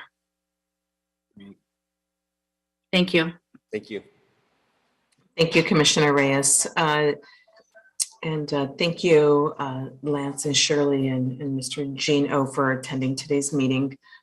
I don't see, Commissioner Davis, did you have any other questions? Yeah, I know we want to put this to bed. I just was curious about our vision and impact of Wi-Fi in this proposal. Is there any connection or association with Wi-Fi? Yes, the program does provide the option for us to have Wi-Fi. It's not included as an essential element. And that's a result of the discussions that we had during the contract negotiations with not only, community members, but also with council offices and folks like the CAO, CLA, even ITA. There are great things about having Wi-Fi in all our shelters, and it also challenges for it. So one of the things that was included in the contract itself was the opportunity for us to have Wi-Fi. But should we decide to move forward with that, it's a decision that will need to come back before the council and the board for further approval. And it's one of these things that, again, once we get the shade and shelter out there, we will look into that possibility. And if we want to include that, we will. Okay, and I will end on this. I would have a concern about public safety of my senior citizens in a shelter who might have their cell phones with them and might need to alert us to something that we would think and that our vision is that this is not essential. I would have a concern with that. So our shelters do come equipped, and this is an essential feature of the shelters, with emergency call features. And it's one of the things that we're working to design and incorporate into the shelters themselves right now. It's a push button automated system that will allow people, whether they have a cell phone or not, to reach emergency services from each of our shelters. And so I think that component is going to definitely be out there. It's not an option.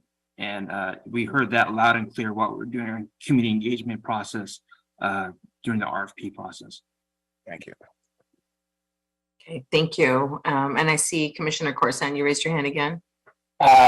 I did, but I have a question and a motion. So I don't know, Vice President Vegas, if you were going to make any comments. Go ahead and make your question first, and then we'll take up your motion. So the question was going to be actually for Mr. Jordan. We heard Shirley and I think Lance talk about language in terms of flexibility for the council offices. Is that something we can incorporate into our actions? So there's some clarity that there is flexibility rather than us taking action and approving all of these sites? Because I know it's about permitting as well. Yes, I do believe you have flexibility, and I think that flexibility is actually reflected in the contract conditions pursuant to which this item is before the board.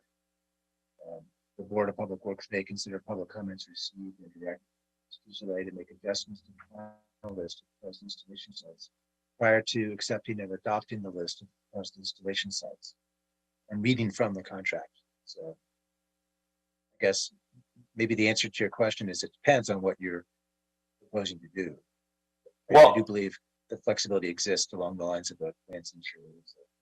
I just want to make sure that we don't pass something today that is set in concrete for those 5 council offices that have not weighed in on the location, so that there is some language in our board actions that doesn't necessarily fix those sites, so that maybe it's just a number of sites that we're approving. Well, okay, so I agree. I'm sorry to interrupt, Commissioner. I'm going to put Gene on the spot because we have our contractor here.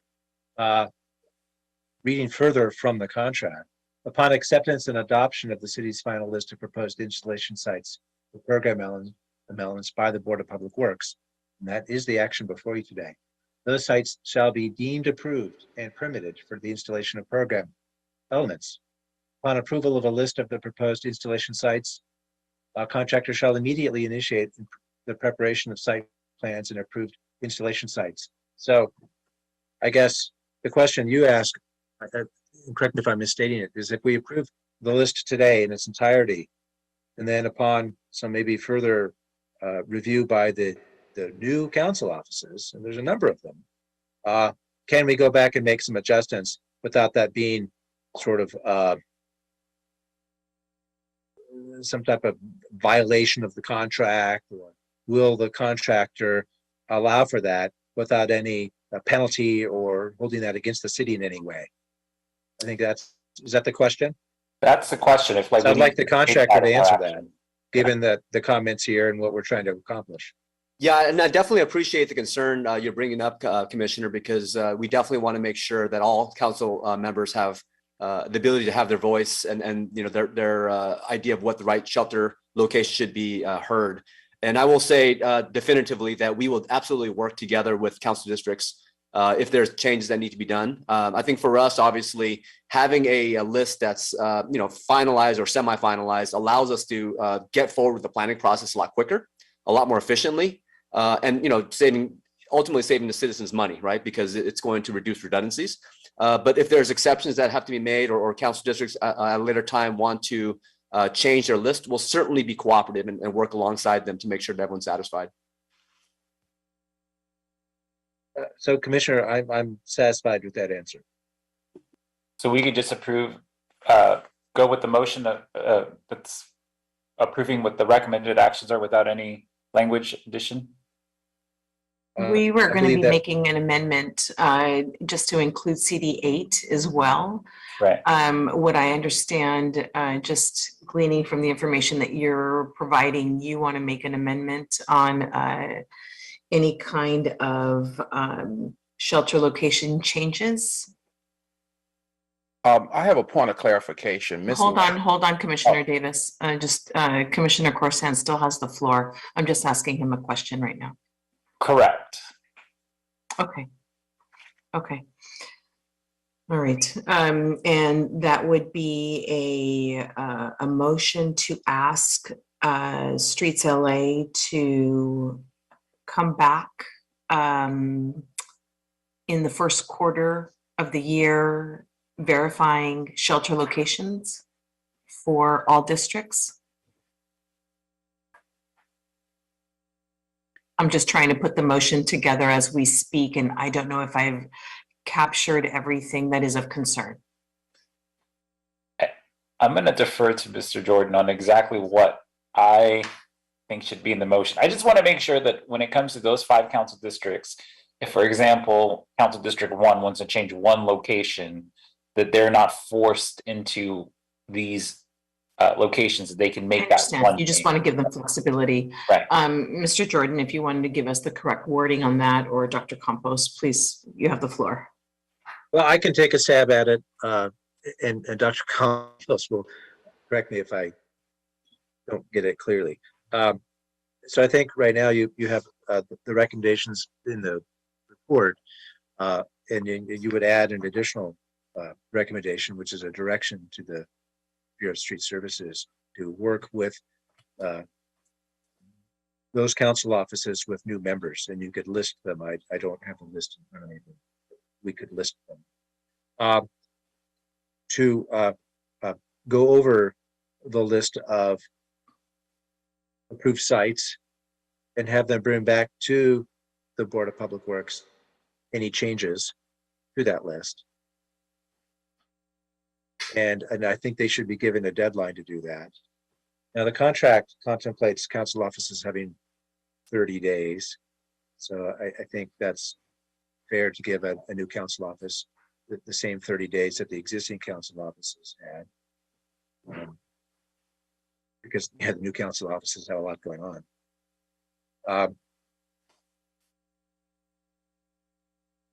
So the direction to the Bureau would include going to those new council offices and bringing back to the board. I don't know how long they would need, another maybe a week or two after giving the council offices 30 days. So Dr. Campos could sort of chart that out in terms of time.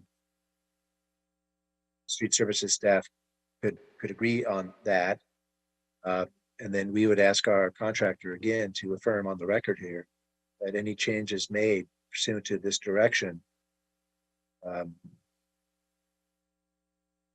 they will accept those changes in the same way that they would accept that have been part of the original list. So affirmed. Thank you, Gene. I'm sorry, Gene, to put you on the spot like that. So Hi, this is. can we have that, Dr. Campos? And then I want Lance and Shirley to affirm that that's okay too. Yes, Fernando Campos, Executive Officer. So the proposal for amendment would be to add a new recommendation number 3, to instruct the Bureau of Street Services to review the location sites in the new council district offices and return back to the Board of Public Works within 60 days for any proposed new locations to be amended and added to the list locations. In addition to that, since Mr. Oishi and Ms. Lau read into the record some proposed locations in Council District 1, there would be also a secondary amendment to recommendation number 1 to review and adopt the list of proposed step element locations and site preparation locations, including 5 new sites in Council District 8. So at the end of recommendation number 1, it would be comma to include 5 new site locations in Council District 8. So just to recap, recommendation number 1 would be amended to include the 5 new sites into Council District 8, and then a new recommendation number 3, as I read into the record, to instruct the Bureau of Street Services to review the sites and report back in 60 days. So I'm going to interject again. So 60 days is, I mean, I'm trying to balance here because everything Lance and Shirley said about, the importance of timing at the beginning of this, it is important. Lance and Shirley, when you get a list back from the council office, do you need a full 30 days to bring that back to the board for approval, or can we shorten that time up a little bit? I think we can shorten up a little bit. It's the amount of time that we need to prepare our board report and get it agendized, but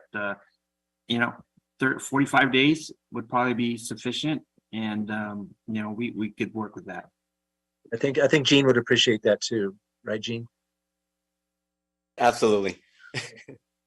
Okay, so 45 days, then I can make that notation and modification to instruction or to recommendation number 3.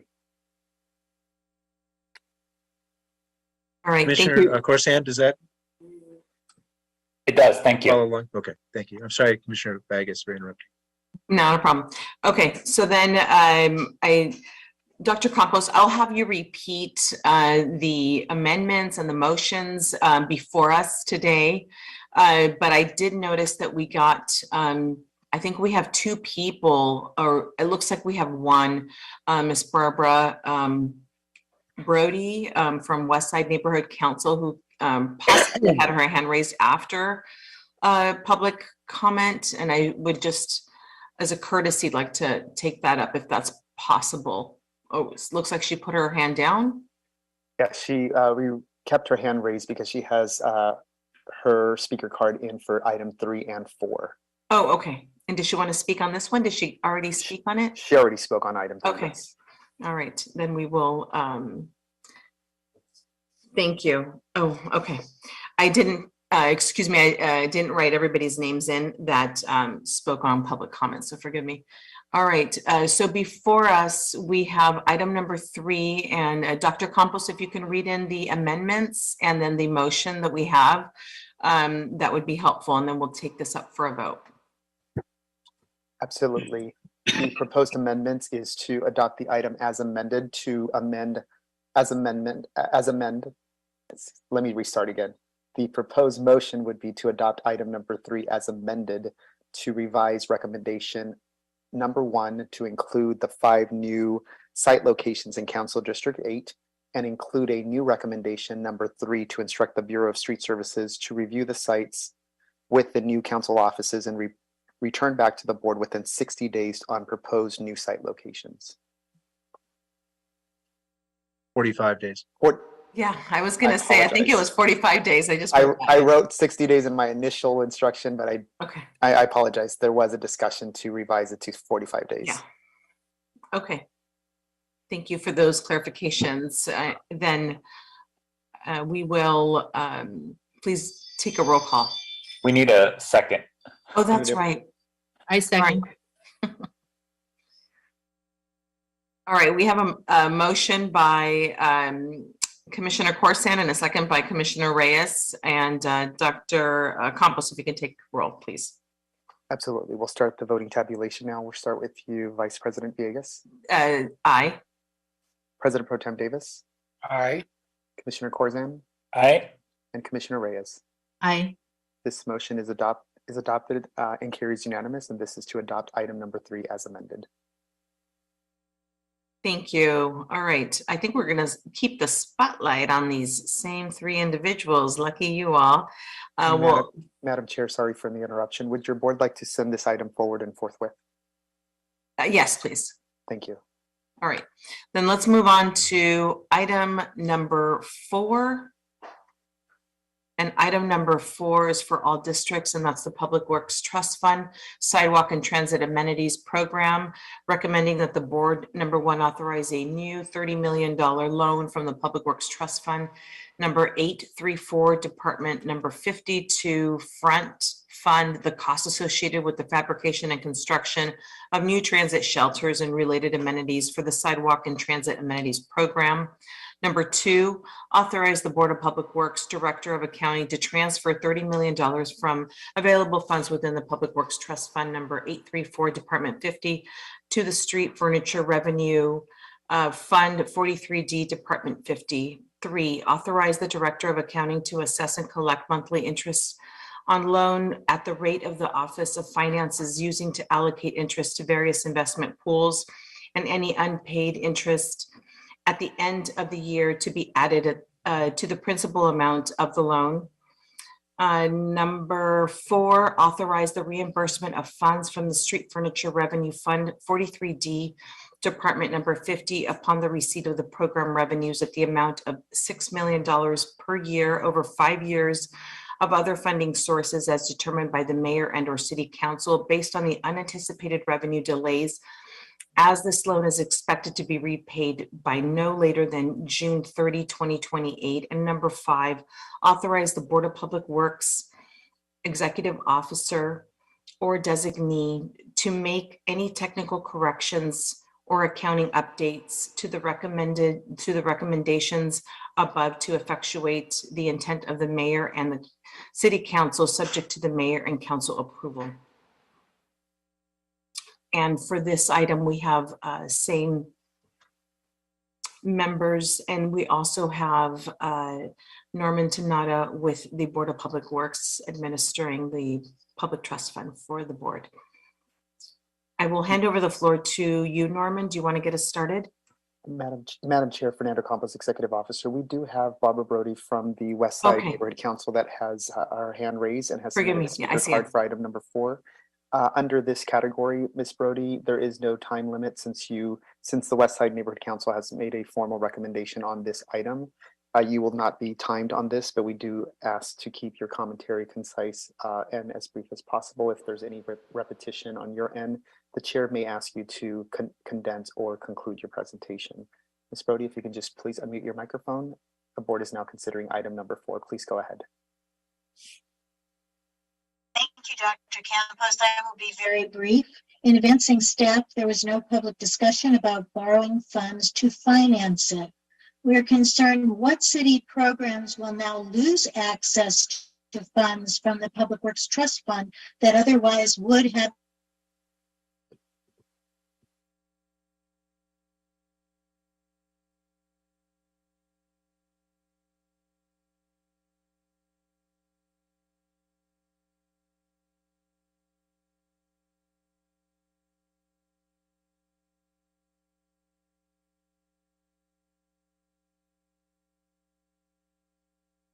Am I the only one who doesn't hear her? Oh, I don't on my end. We lost her. Okay.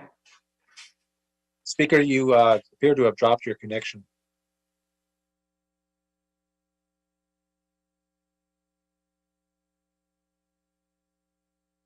Maybe Madam Chair, as soon as I see her log back in, I will let you know, and then perhaps maybe we can take That's fine. that call. Oh, she's back on. Okay. Ms. Brody? I'm so sorry. I lost No. connection. No worries. Let's give this a second try. We Oh, can hear thank you you. loud and clear. Please go Thank ahead. you for your patience. I'm not sure where I got lost. Did you hear about what city programs will now lose access to funds from the Public Works Trust Fund that otherwise might have been funded by it? Wondering on the payback and how it relates to distribution of funds.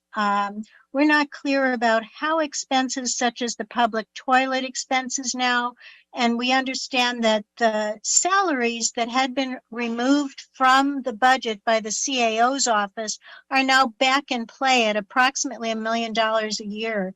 How will all of those things be assessed against the program proceeds and the distribution of funds from it? And again, whether the current litigation has any impact on whether this should move forward at this time.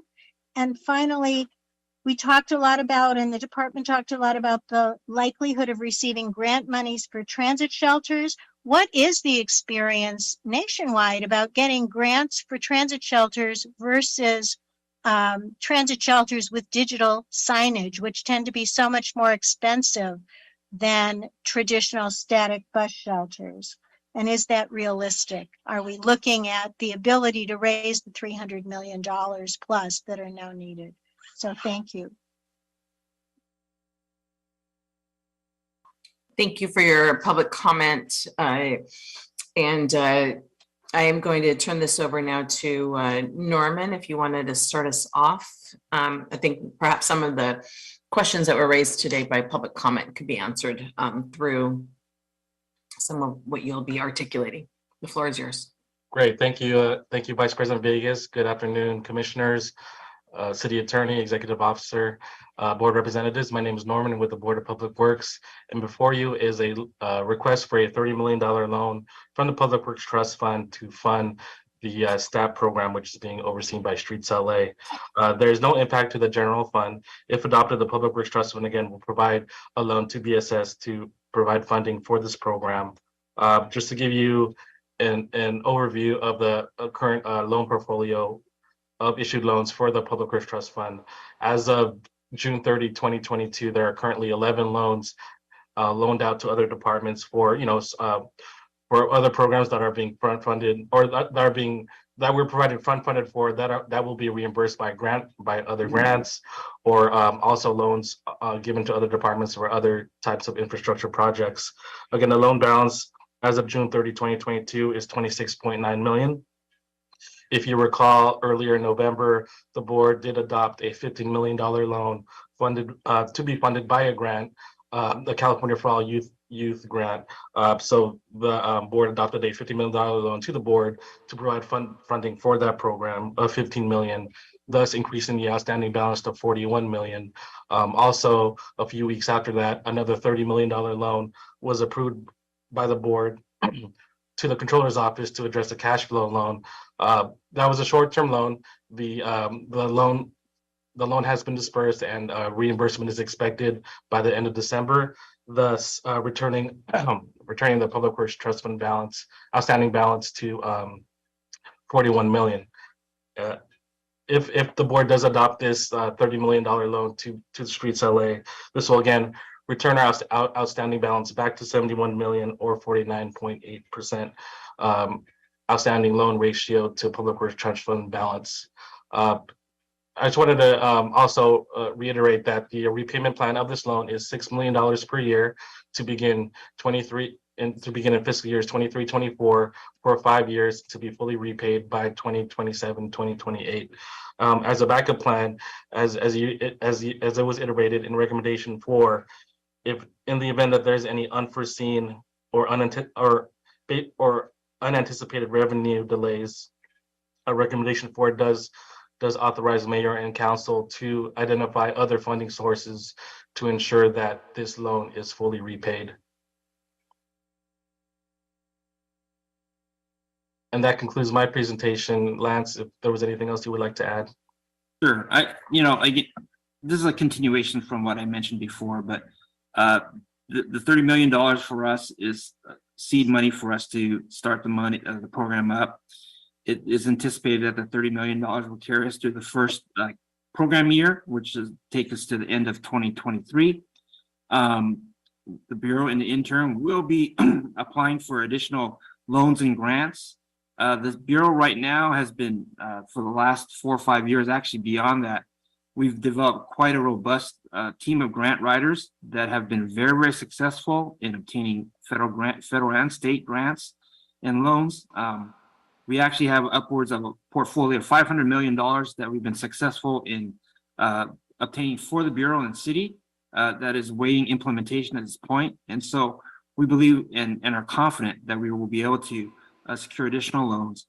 Also in our discussions with Metro, there will be additional funding available through them to help us proceed with the program. And so we are confident that between these sources, as well as the revenues that the program itself will generate, we will be successful in implementing the program. And again, we need to look at this as it's a construction program. This is a public infrastructure project that's going to take 5 years for us to build out. And so these monies are typical to similar to how the city pays out for capital improvement projects for a police station or fire station. And it differs from the perspective that we will be paying that monies back to the city. So with that, we'd be glad to take any questions from the board. Thank you for that, Lance and Norman. And commissioners, do we have any questions on this item? Lance and Shirley, I just have a quick question. The potential grants that you'll be going after, what are those possible amounts? What's the timeline for that? Yeah, I'll try to answer that, Vice President Villegas. So we are working closely with Metro. They actually have, in conjunction with our Bureau, we've worked together and we've secured some FTA grants that were specific to corridors that they have their projects on. So we're working with them to get grant agreements together and MOUs. So for next year, we're looking at also Federal Transit Administration grants specifically for buses and transit stations, and it would include transit shelter, bus stop locations where we want to install transit shelters. So that grant is coming up in June. And the Bureau is also looking at another grant in February called the RAISE grant. And we're looking at the viability of applying for that. So we have a few grants coming up in the next calendar year and look forward to reporting back on if we're going to be applying and our successes on that. Thank you for that. And so applying in June, what does that mean in terms of response?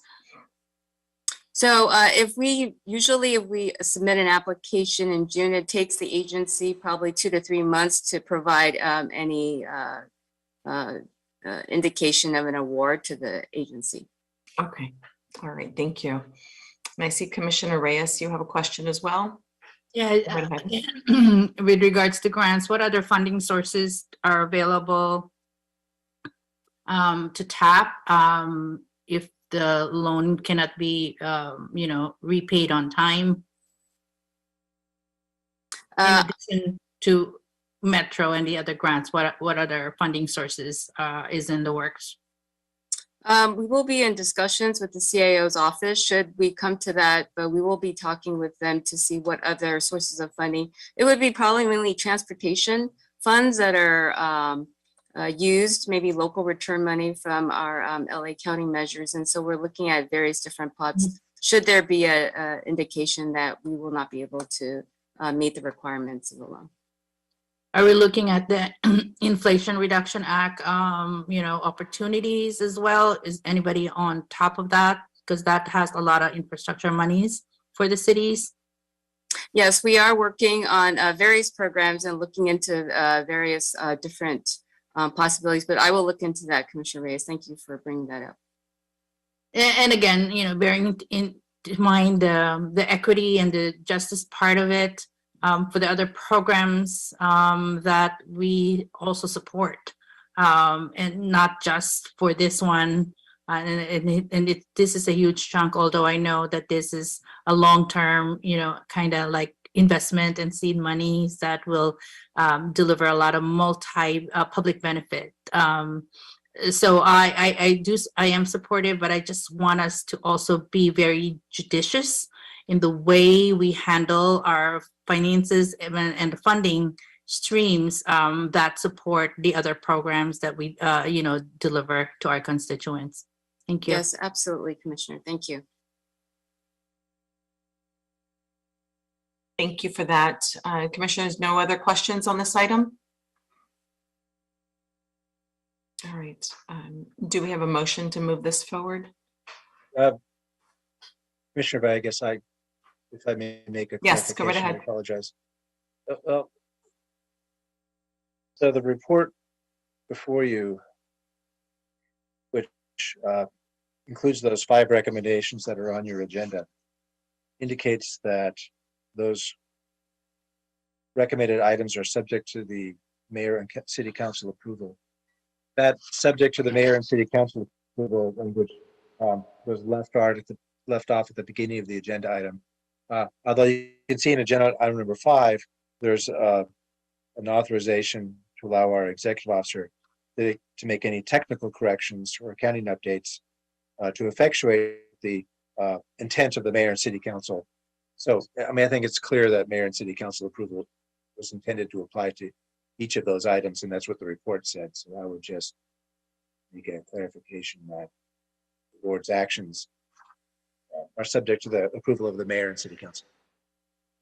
I appreciate that. Thank you. I was going to mention it too.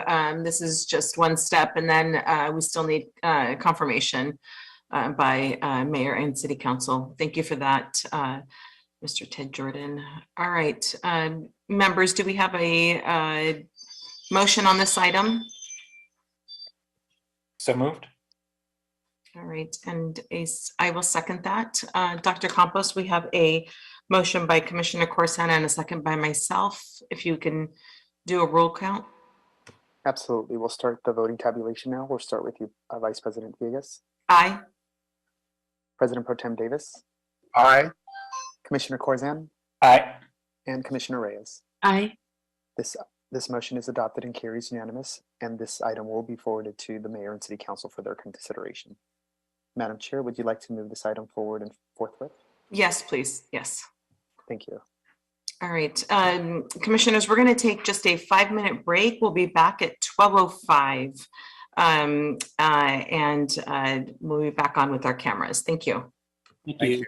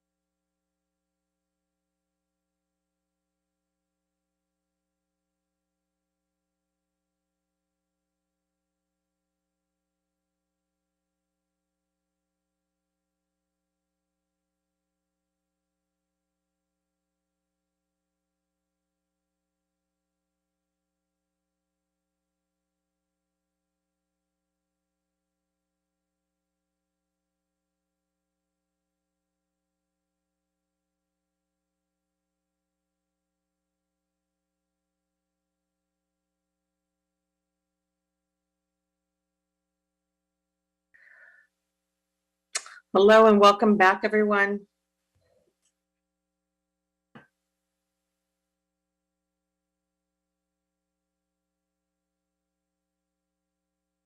We have we're just Dr. waiting. Commissioner Davis. Yes, ma'am. Okay. Let me go ahead and turn on the recording for you. Madam Chair, you are now live and on record mode or in record mode. I can go ahead and reestablish quorum for you. Okay, please do so. Perfect. It is now 12:08 for today, Friday, December 16, 2022, reestablishing quorum again at 12:08. We have Vice President Villegas, President Pro Tem Davis, and Commissioners Corzine and Reyes. Madam Chair, you do have a quorum. All right. Thank you. Thank you for that. All right. So we have taken up items 3 and 4. And we're going to go back to our street closure, item 1. And then we will take up items 1 and 2, and then we will continue on with our agenda chronologically. All right. Let me read into the record item number 1. It's by the Bureau of Engineering, and this is in Council District 11. And this is a street closure, 98th Street, 600 feet east of the intersection of Vicksburg Avenue and 98th Street, landslide access modernization program, Jetway Street connecting Century Boulevard to Westchester Parkway, recommending that the board approve the request for a full closure of a section on 98th Street, 600 feet east of the intersection of Vicksburg Avenue and 98th Street for a total of 3 months, starting as early as December 12th, 2022 and ending February 19th, 2023, subject to the conditions identified within this report. And I think we have Crystal on this item. Is that correct? Yes. Hello, good morning or good afternoon, Crystal. Good afternoon, board commissioners, executive officer and city attorney and bureau representatives. I'm here presenting this request for a full closure. So that's full width from 600 feet east of the intersection of Vicksburg and 98th to Airport Boulevard. Right now, 98th Street is not a major thoroughfare or connector to the airport. Most people use Century Boulevard, but in the landside access modernization program, it will become a major thoroughfare connecting the ITF or the facilities that connect the APM, which is the automated people mover, and will also allow access to the Conrack facility, which is the new car rental facility, the second largest concrete structure in the United States. Right now, 98th Street is in need of repair, and it'll go through a full width reconstruction, and this closure is necessary to be able to start that construction. Within that improvement, there's also going to be some utility relocations and reconstructions, including the installation of a large storm drain line that will convey all of the street water and flow for the necessary conveyance of street flow for a watershed. So just to verify what approvals we have the LA DOT has approved a traffic control plan for the full closure of the street. They're routing the traffic north and south on the parallel roads of 96th Street and Century Boulevard just for those several blocks. They have currently an existing construction order with LAPD for a noise ordinance variable, and that has been advised and continued by LAPD, so that approval is existing already. We also have concurrence from CD11, and this is a project from Department of Los Angeles World Airports, and they have a dedicated team that does outreach for the community, for BID, and for the constituents and businesses along 98th especially. I will mention also, there's an ongoing team that meets, including the Public Works bureaus, LAWA, and several other agencies that coordinate all of the construction in the entire area for LAMP specifically, since there's a lot of ongoing construction for the other improvements that are happening for the LAMP program. So just going forward, I did request from the contractor that they post physical signs around and adjacent to the closure in advance of the closure. I know the request says December 12th, but they were going to wait for this board approval before they did any closures, but they are ready to go and itching to start their construction. So the request for this closure would allow for that construction for a duration of 3 months and has no funding impacts. Those businesses also, none of their driveways are going to be impacted along 98th, just to verify that we contacted each of those businesses and their driveway accesses are in different locations and will not affect their businesses. And I can take any questions if you have any. I appreciate it. Thank you, Ms. Lee. Commissioners, do we have any questions on this item? Go ahead, Commissioner Reyes. Just one brief question. Is this a thoroughfare that affects people going to the airport?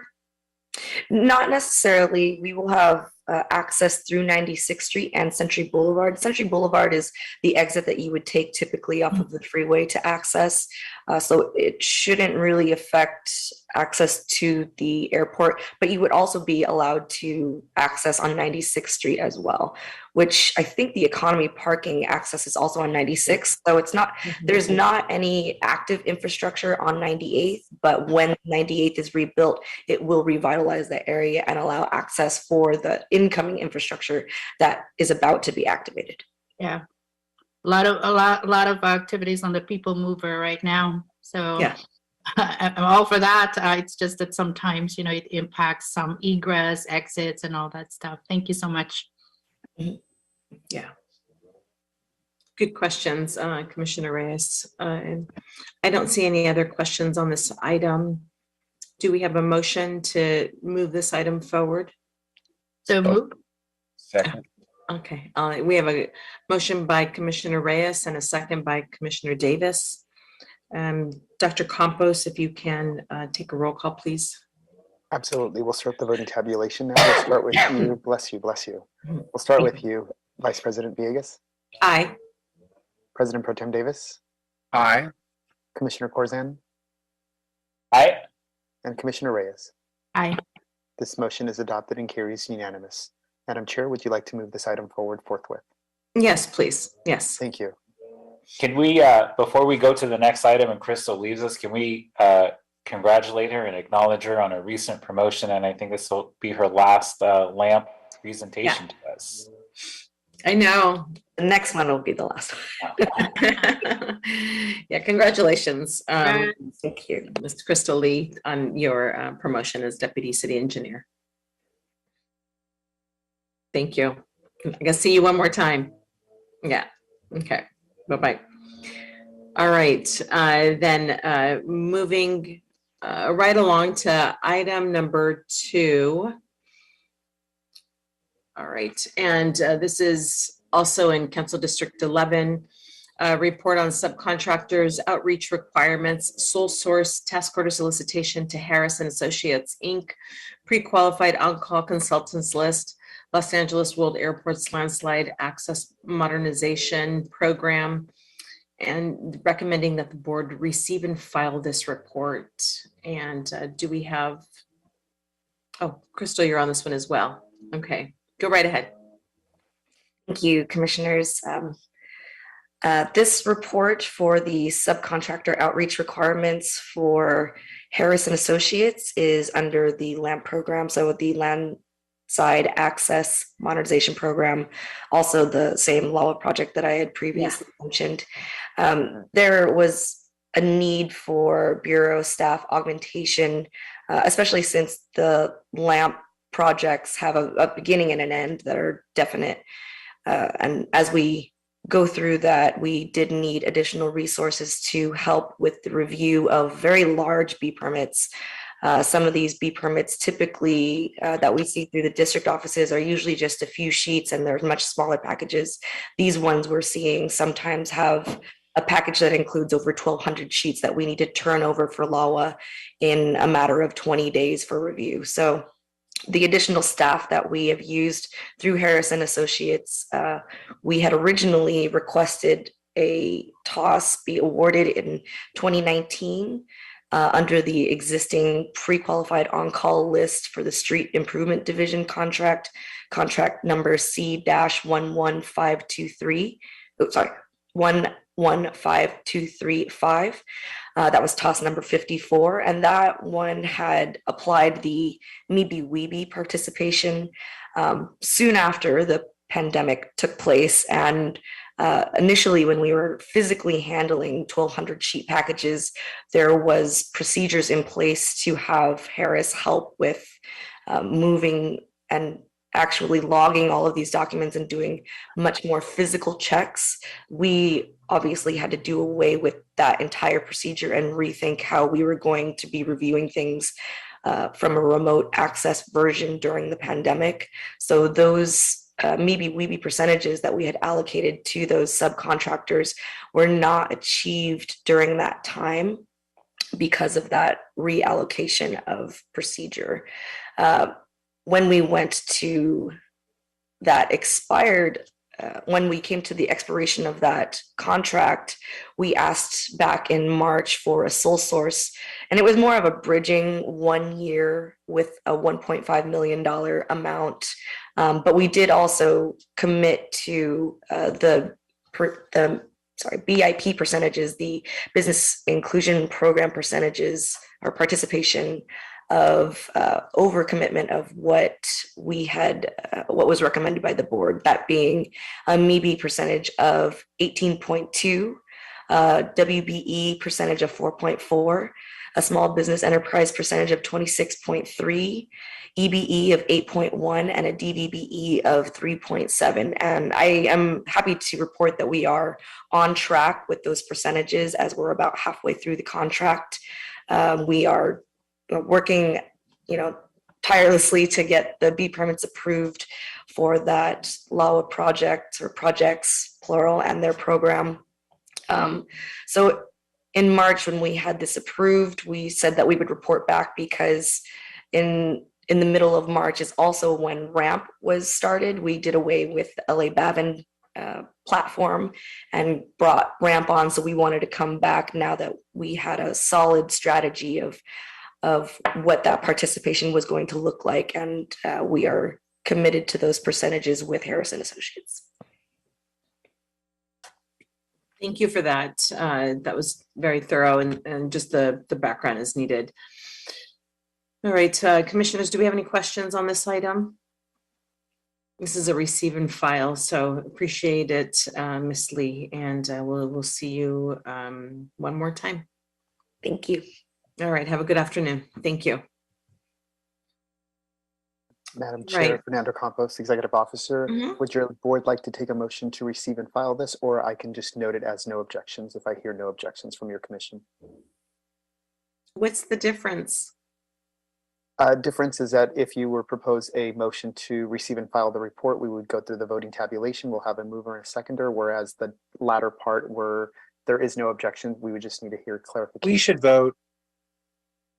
Just since there is a written, it's an agendized item, the board's taking an action to receive and file it. There should be a motion and a vote.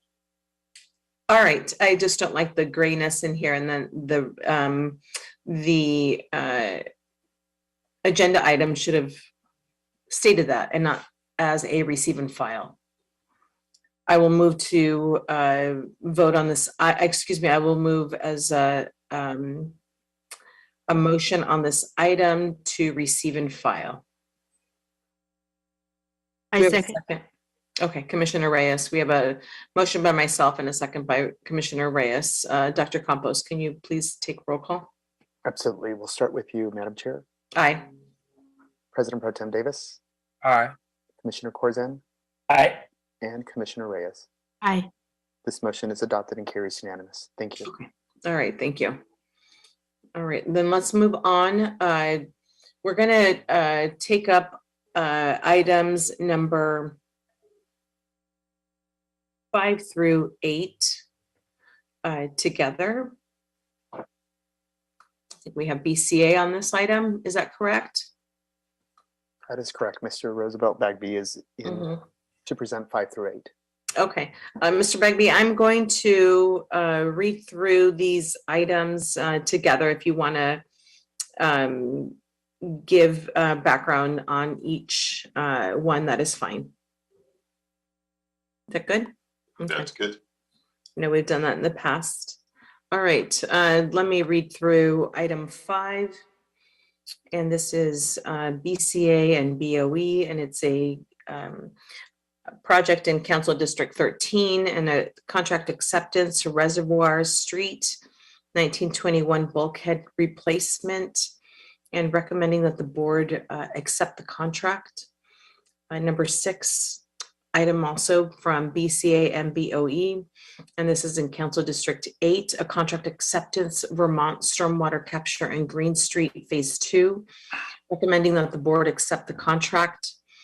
Item number 7, a report by BCA and BOE in Council District 11, and this is a contract acceptance, Hyperion Water Reclamation Plant Effluent Pumping Plant Emergency Repairs, recommending that the board accept this contract. And number 8, BCA and BOE in Council District 2, contract acceptance, secondary sewer renewal program, Chandler Boulevard and Lancashire Boulevard area sewer improvement, septic elimination, recommending that the board accept this contract. And Mr. Bagby, the floor is yours.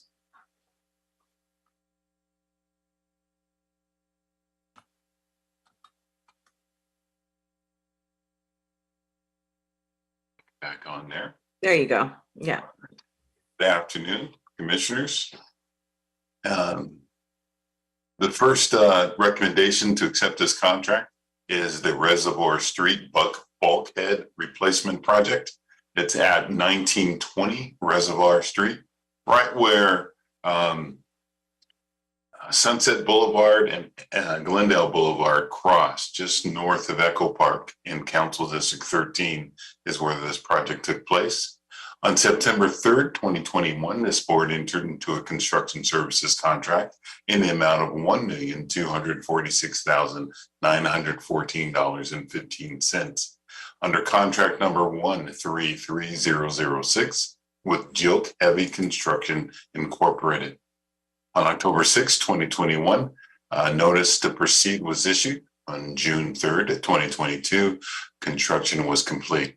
This project provided for the replacement of a retaining wall, some street resurfacing, an ADA compliant curb ramp and sidewalk. We also installed wrought iron fencing, a catch basin, and some tree removal. This project was awarded for $1,246,914.15. With a not to exceed amount of $1,496,297. There are 3 change orders issued on this project, which decreased the amount of the contract. So our final contract amount was $1,015,529.49.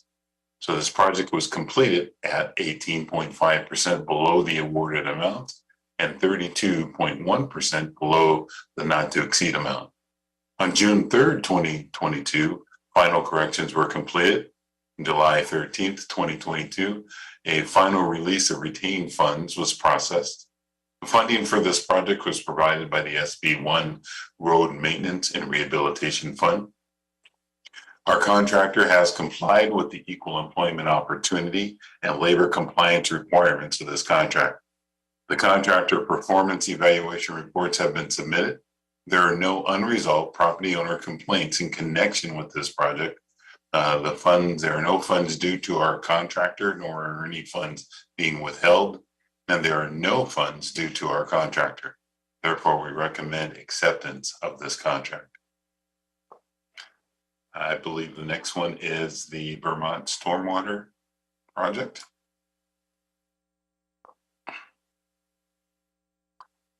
We recommend acceptance of this contract. This is the Vermont Stormwater Capture and Green Sheet Street Phase 2 project.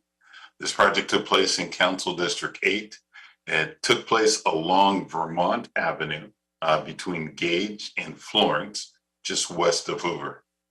On January 28, 2020, this contract was executed by the board in the amount of $1,931,628 under contract number C135029 with Clark Contracting Corporation. December 17th, 2020, the work was complete. Now, this project provided for stormwater runoff through infiltration, evaporation, and vegetation. There was also green space that included sidewalks, medians, a transit bus shelter. The benefits of this project is we have increased bicycle safety, an environmentally effective way to capture stormwater runoff, and also to reduce local flooding during our storm events. This project was awarded for $1,931,228, giving us a total authorized budget of $2,124,791. There are 10 change orders on this project, which increased the total amount of the project. So our final contract amount was $2,049,860. This project was completed at 12.1% above the awarded amount and 3.5% below the authorized budget. On December 17th, 2020, final corrections were completed. On August 18th, 2021, a final release of retained funds was processed. Funding for this project came from the Clean Water Cleanup Fund. The contractor performance evaluation reports have been submitted. There are no unresolved property owner complaints in connection with this project. There are no funds disputed or withheld. There are no funds due to our contractor. Therefore, we recommend acceptance of this contract. Our next project is the repairs, the emergency repairs at Hyperion Reclamation Plant. This project is obviously in Council District 11.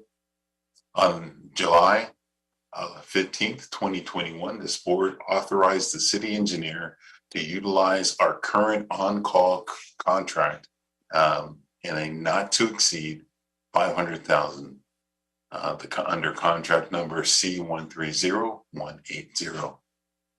We did this contract with J.F. Shea Construction Company. The work began July 15th, 2021, and it was completed May 31st, 2022.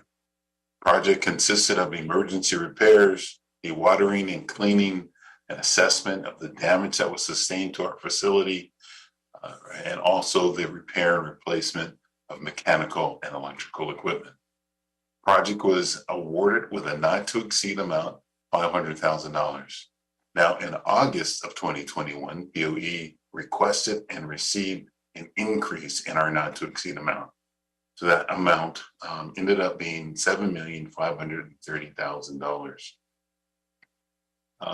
There are 35 ask work orders on this project, which brought the final contract amount to $7,431,892. So this project was completed at 1.3% below the authorized budget. On May 31st, 2022, final corrections were complete. On July 19th, 2022, a final release of retained funds was processed. Funding for this project came from the Sewer Construction and Maintenance Fund. Our contractor has complied with the equal employment opportunity and labor compliance requirements of this contract. The contractor performance evaluation reports have been submitted. There are no funds disputed or withheld. There are no funds that are due to the contractor. Therefore, we recommend acceptance of this contract as well. And we have one more.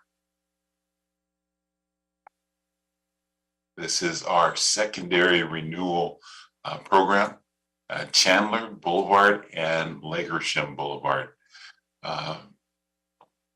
This is a septic system elimination program that we have.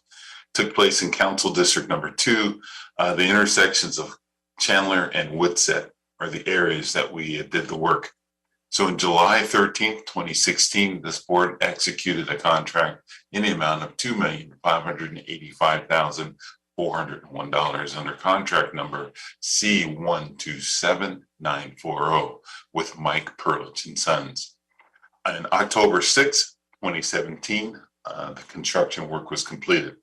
This project consisted of installing over 3,700 lineal feet of 8-inch in diameter sewer pipe, and also 116 lineal feet of 6-inch sewer laterals.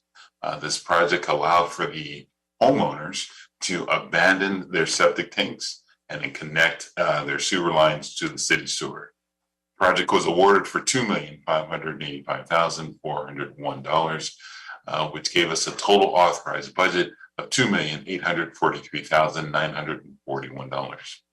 There were 15 change orders on this project, which increased the contract amount. So our final contract amount was $2,641,166. The project was complete at 2.1% above the awarded amount and 7.1% below the authorized budget. On October 6, 2017, final corrections were completed. November 17, 2022, a final release of retained funds was processed. Funding for this project was provided by the Wastewater Capital Improvement Program budget. Our contractor has complied with the equal employment opportunity and labor requirements of this contract. The contractor's performance evaluation reports have been submitted. There are no unresolved property owner complaints in connection with this project. There are no funds disputed or withheld. Therefore, we are recommending acceptance of this contract.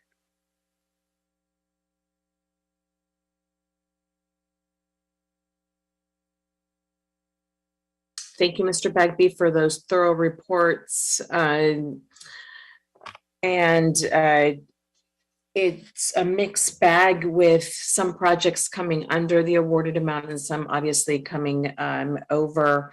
But thank you for the explanation. And we know that we have checks and balances to ensure that the work is being done and that it is also being accounted for. So appreciate that.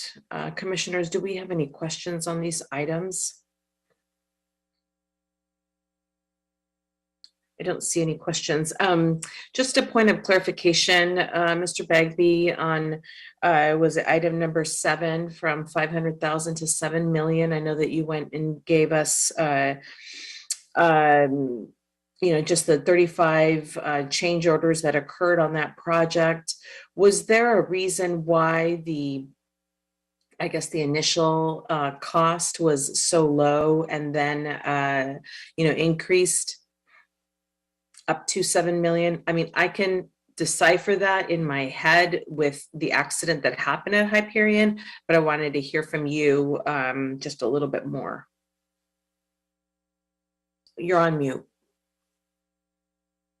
We have asked Nader from BOE to assist us with answering that question. I do believe I saw his name there, and he can answer that question more eloquently than I. I appreciate it. Thank you. And I see Mr. Nadir Shah with us as well. Good afternoon. Good afternoon, Commissioner and the board. So the $500,000 was just to assess the condition of the facility. And given the nature and the magnitude of impact, where the whole basement and sub-basement was inundated, so 500,000 just to establish the scope of work, to do immediate repairs, and then major electrical and mechanical rehabilitation work was undertaken. So we were very careful not to come with 7.5 million in the initial request. So the prudent way was to come and establish the scope of work as we go. So that's why we had like at least a few visits to the board and commissioners explaining all along the way. And I'm glad to say that we were able to bring this critical facility in first 2 months The contractor worked 7 days a week, 24 hours a day, and with the excellent support of our Bureau of Contract Administration, our client, and Bureau of Engineering, and LSN, I will also mention. As a team with JF Shea, we were able to bring this critical facility. But obviously, this whole scope of work was not known at the beginning. So that was a progressive request for additional funding as we knew the scope. I appreciate that. Thank you for that clarification. Just gives us more more background. When we do have emergencies like this, we may tend to get things started and then we get the true up numbers later. So appreciate you giving us that feedback. Commissioners, do we have any other questions on items 5 through 8? All right, I don't see any. Do we have a motion to take up items 5 through 8? Moved. Thank you. And do we have a second? I second. All right, Dr. Campos, we have a motion by Commissioner Corson and a second by Commissioner Reyes. If you'd like to take a vote, please. Absolutely. We'll start the voting tabulation. This is again for items 5 through 8. We'll start with you, Madam Chair. Aye. Vice President, President Pro Tem Davis. Davis, aye. Commissioner Corzine Aye. and Commissioner Reyes. Aye. This motion is adopted and carries unanimous. Again, this is for 5 through 8. Madam Chair, would you like to move these items forward forthwith? Yes, please. Thank you. Appreciate it. Thank you. Have a good weekend, Mr. Bagby and Mr. Shaw. Thank you. All right, commissioners, let's go on then to item number 9. And item number 9 is An exit this. it is in Council District 11, and this is construction orders, Colich and Sons LP, Hyperion Water Reclamation Plant, Emergency Primary Central Scrubber Facility Upgrades Project, Capital Improvement Project 2521, recommending that the board authorize the execution of construction orders for this work to Colich and Sons LP for the amount not to exceed $4 million, including contingency. And this item was continued from last Friday. And we have, hello again, Mr. Shaw, go right ahead. The floor is yours. Good afternoon again. Nadir Shah, Bureau of Engineering, Environmental Engineering Division. The board motion is for the Capital Improvement Project 2521, Hyperion Water Reclamation Plant, Emergency Primary Central Scrubber Facility Upgrades, which is undertaken to rehabilitate existing 6 chemical scrubbers that have reached end of service life and need immediate rehabilitation.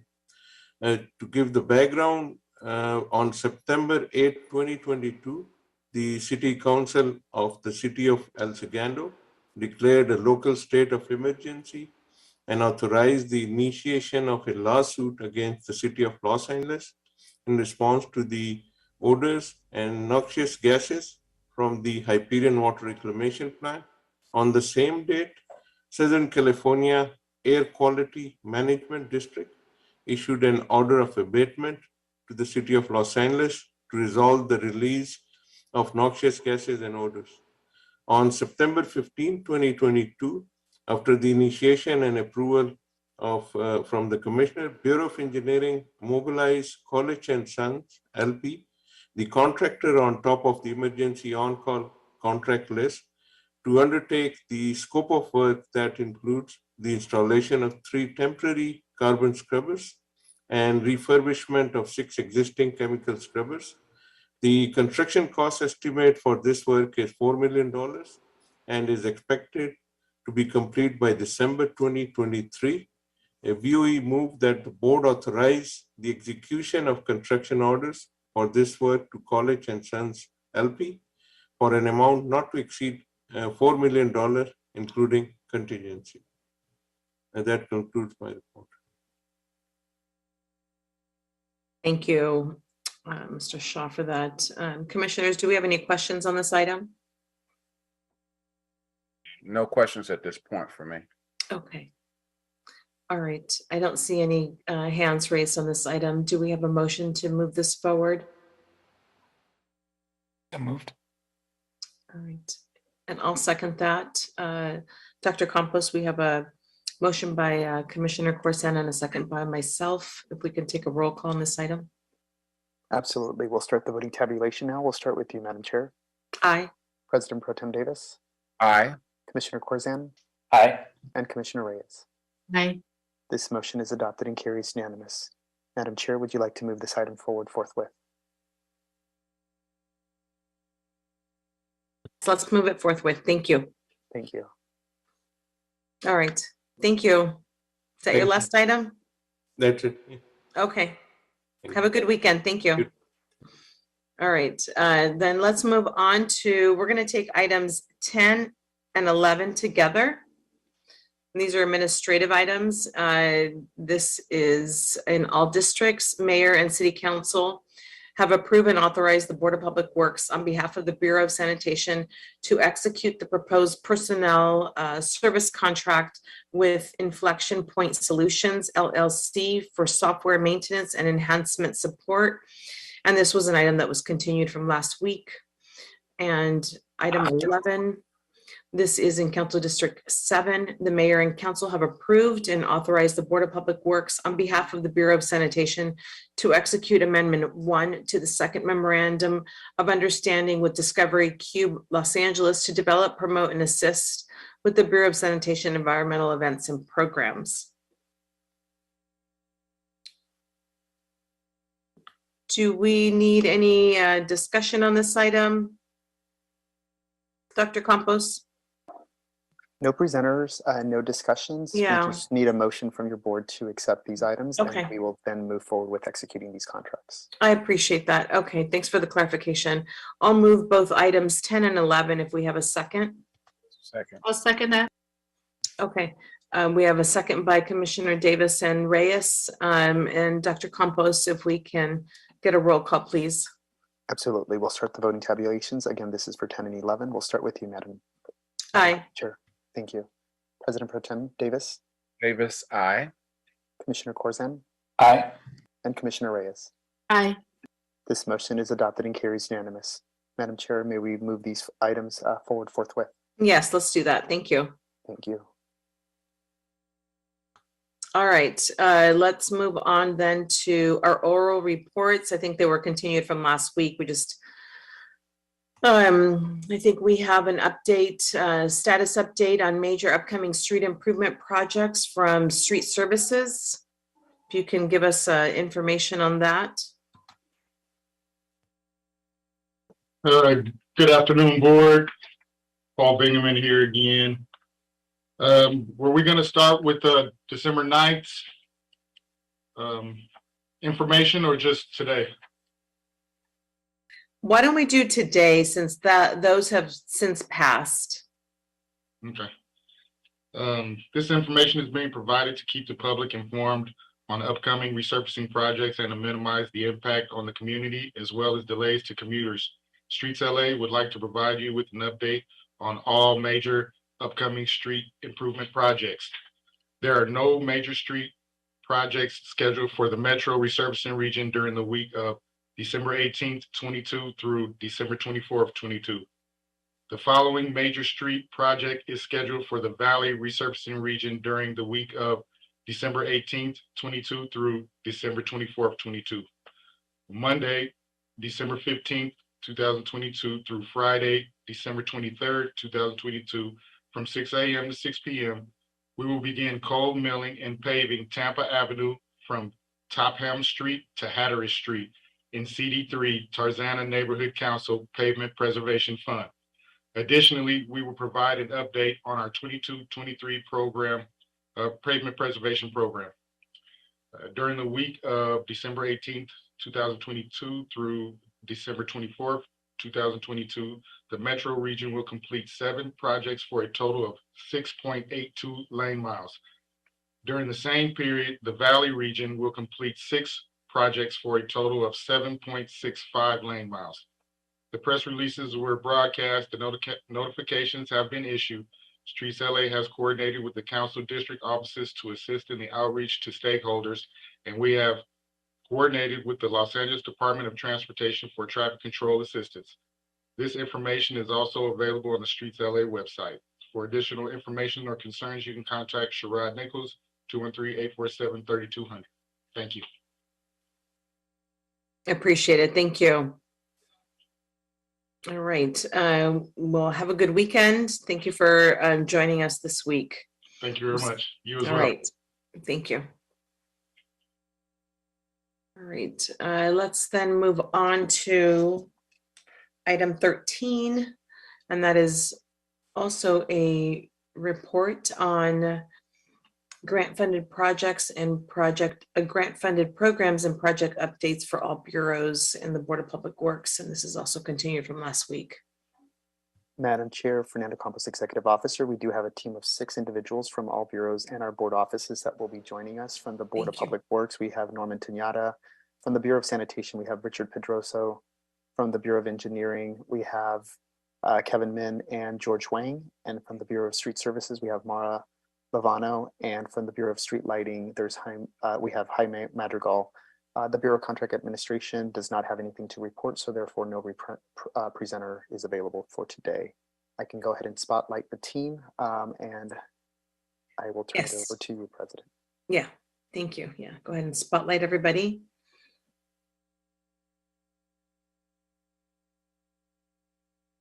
We'll start with Norman and then Mr. Tanada, and then Mr. Pedrosa, and then Mr. Jaime Madrigal, and then Mara Luevano.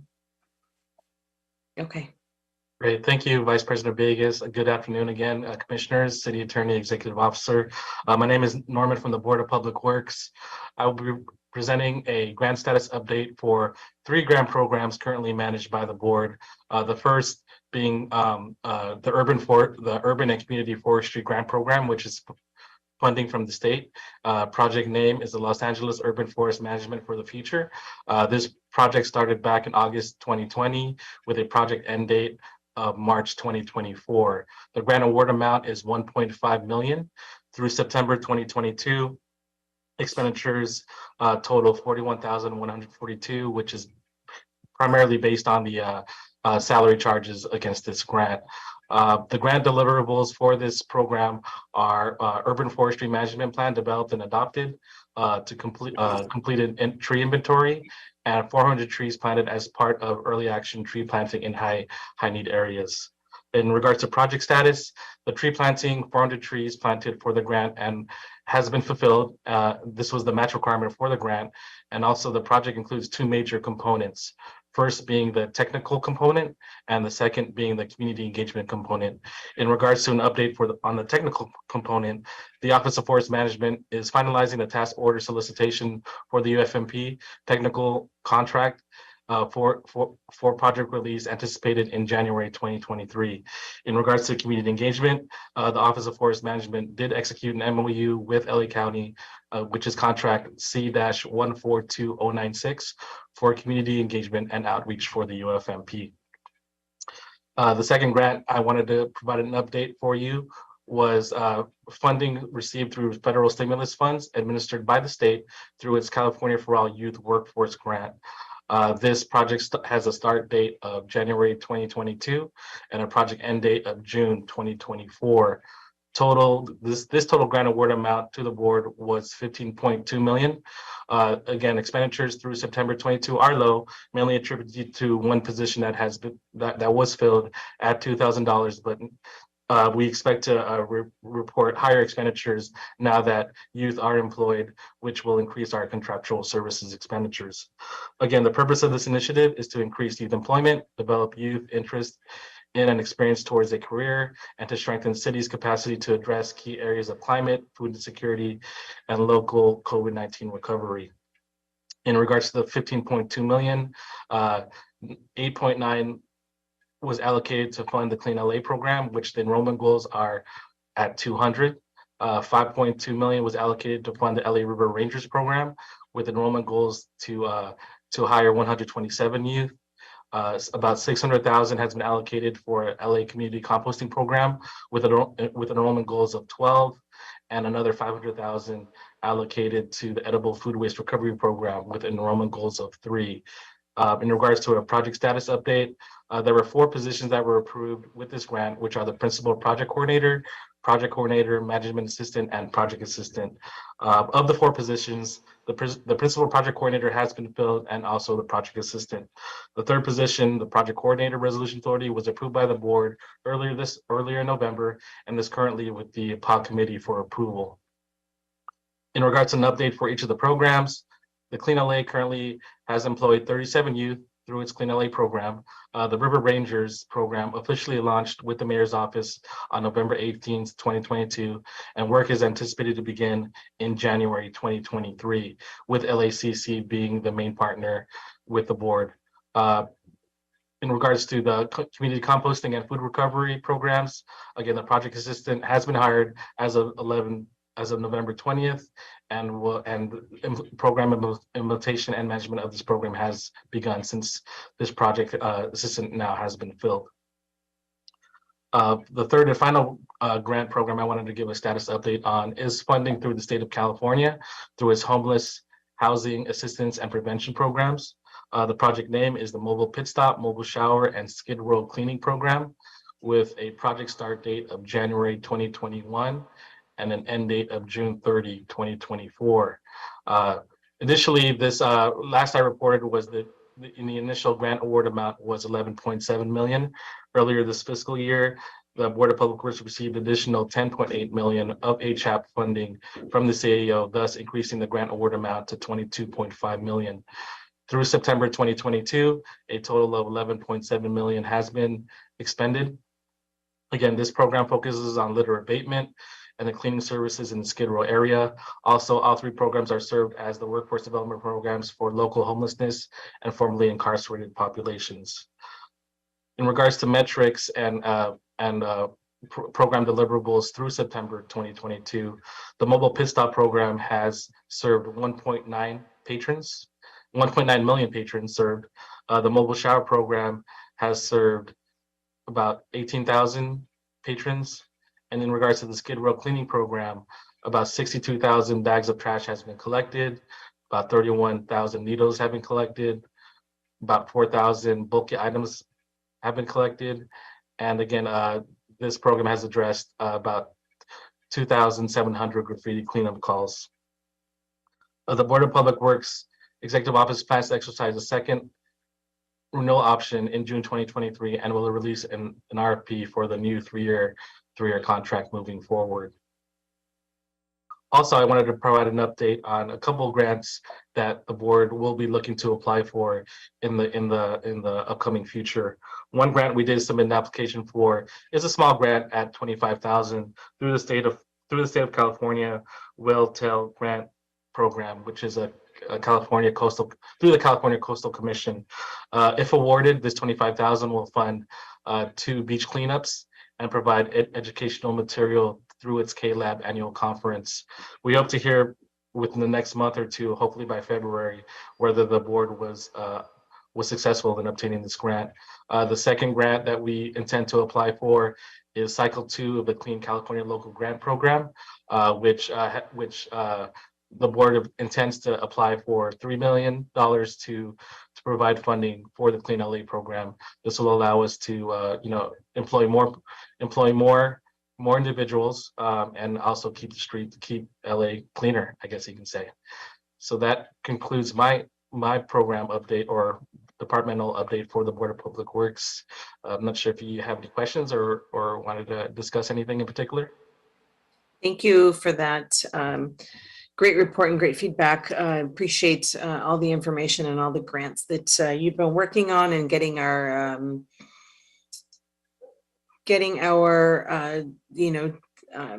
folks coming in to be able to work and then just going after additional grants. Thank you. Commissioners, do we have any questions for Norman? All right, I think you're off the hook. That's excellent work, Norman. Thank you very much. All right. Mr. Richard Pedroso, I see that you're sharing your screen if you want to get started. Yes, I am. Thank you, Vice President Villegas and fellow commissioners, Bureau Reps, Executive Officer, and City Attorney. I'm not sure if I'm showing my notes. My Yes, speaker. we see your presentation. Thank you. Yeah, we see it. Okay, Yeah. thank you.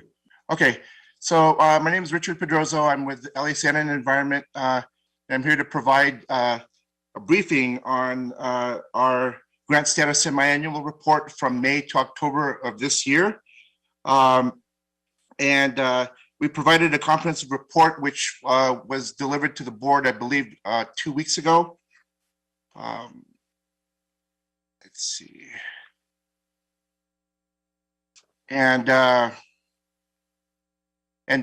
Let's see if you could give me 1 second. Okay. LA Santa is managing an active grant portfolio in the amount of $43.5 million, representing 36 executed grant agreements as reflected in the active grant summary of our comprehensive grant report.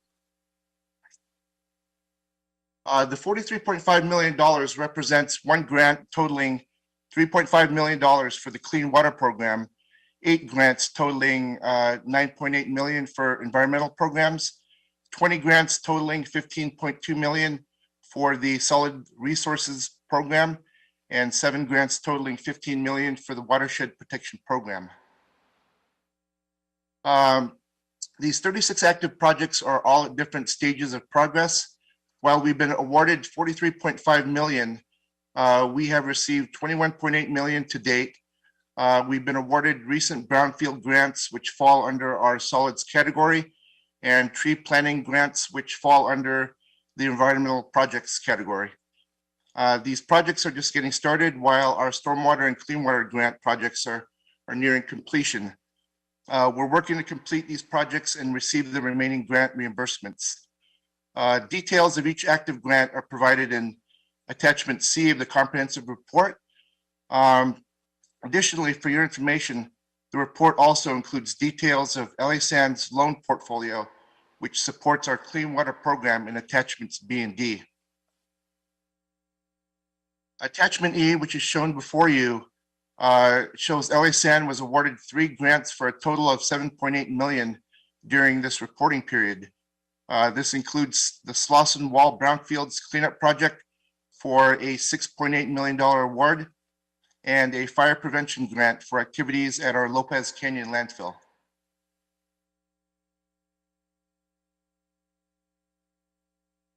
LA Sand also had 1 application that was declined, unfortunately, during this reporting period, which is documented in attachment F of the comprehensive report. The reason for this was that we could not get a new organics ordinance in place before June of this year, which was a key requirement of this grant's funding. In attachment G shows that we're currently awaiting funding decision for only 1 grant application for a used oil payment program grant. In this period, we have less application activity to report, but with the influx of funding opportunities from the Bipartisan Infrastructure Law, California Budget Acts, and the Inflation Reduction Act, which Commissioner Reyes touched on earlier, LA Sand is extensively researching upcoming funding opportunities and examining our programs with the intent to pursue more grants with a focus on resiliency through water recycling, solid resources recycling, as well as environmental projects. LA Sand is targeting these are external funding opportunities with the goal of minimizing fee increases to our ratepayers. We are expecting to submit several applications in the upcoming months, which we will report back to the board on in our next semi-annual presentation. This concludes my summary of LA Sand semi-annual grants report, but I did want to close with a couple of photos from our Boyle Heights tree planting project. So in the photo there, these are fairly new trees that were planted, and they're already providing shade and greening to the Euclid Middle School in Boyle Heights. And the last slide You see a gentleman resting underneath one of the shade for the Boyle Heights Greening Area project trees that we planted as well. He explained that it's now a much appreciated rest stop for community seniors who pause to rest in the shade on their way to the market or the library.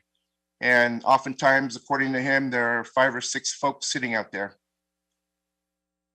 Thank you, and I would like to answer any questions if you have any at this time. Thank you for your report. Totally appreciate it. And shout out to Amy Schillenberg. It's probably her projects, the pictures that you shared with us at the end. We do a lot of tree planting with her as well. So thanks for that. You guys have a lot of grants that have been covered. Thanks for the pie chart. It's a great visual. Just to see who all is participating or what grants where your money's coming from. Commissioners, do we have any questions on this item for Mr. Pedroso?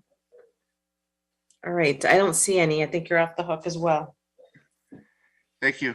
All right, have a wonderful holiday. You too, thank you. All right, Mr. Jaime Madrigal, you're on. All right. Good afternoon, Vice President, Commissioners, City Attorneys, and Bureau Representatives.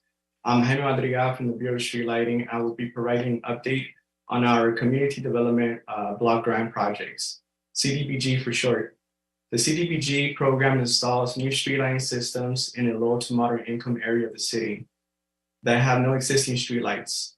CDBG funds cover the design and the construction costs. The construction phase is contingent on the majority of the affected property owners agreeing to pay for the operation and maintenance of the new street lighting through the Proposition 218 balloting process. We currently have 14 CDBG projects in various stages of design and construction. There are 4 projects in the construction phase with a total of 115 units, and these are Pacoima Tamarack Street Lighting, located in Council District 7. We'll be installing 7 streetlights. The anticipating construction end date is the end of the month. Valerio Street Lighting Improvement CDBG, located in Council District 6, where we'll be installing 31 streetlights. Anticipated construction end date is winter 2023. Panorama City CD6 Street Lighting Project, located in Council District 6, we'll be installing 42 streetlights, and we anticipate construction end date by spring 2023. Arleta Weiner CD6 Street Lighting, located in Council District 6, will be installing 35 streetlights. Anticipated construction end date is summer 2023. Funding for these projects total to $2,304,562. Next, we have 4 projects with a total of 87 units that have passed Prop 218, and we're in the process of finalizing the plans. San Pedro Grand Street Lighting, located in Council District 15. We're proposing to install 25 streetlights. Arleta Stanway Street Lighting Project, located in Council District 6, and we'll be installing 13 streetlights. San Pedro Area 4 Street Lighting, located in Council District 15, we'll be installing 36 streetlights. Panorama City Willis Avenue Community Street Lighting Project, located in Council District 6, we'll be installing 13 streetlights. The total funding amount for these 4 projects is $1,993,219. Lastly, there are 6 projects with a total of 211 units in various stages of the Prop 218 process, and the total funding amount is $4,258,914. That concludes my oral presentation. I'm happy to answer any questions you might have. Thank you.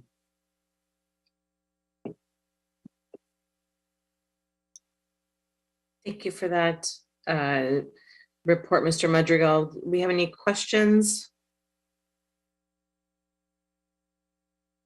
Keep up the good work, and thank you for letting us know about also the grants that Street Lighting is providing. I really appreciate it. I know that LA is so big, so you guys have your work cut out for you.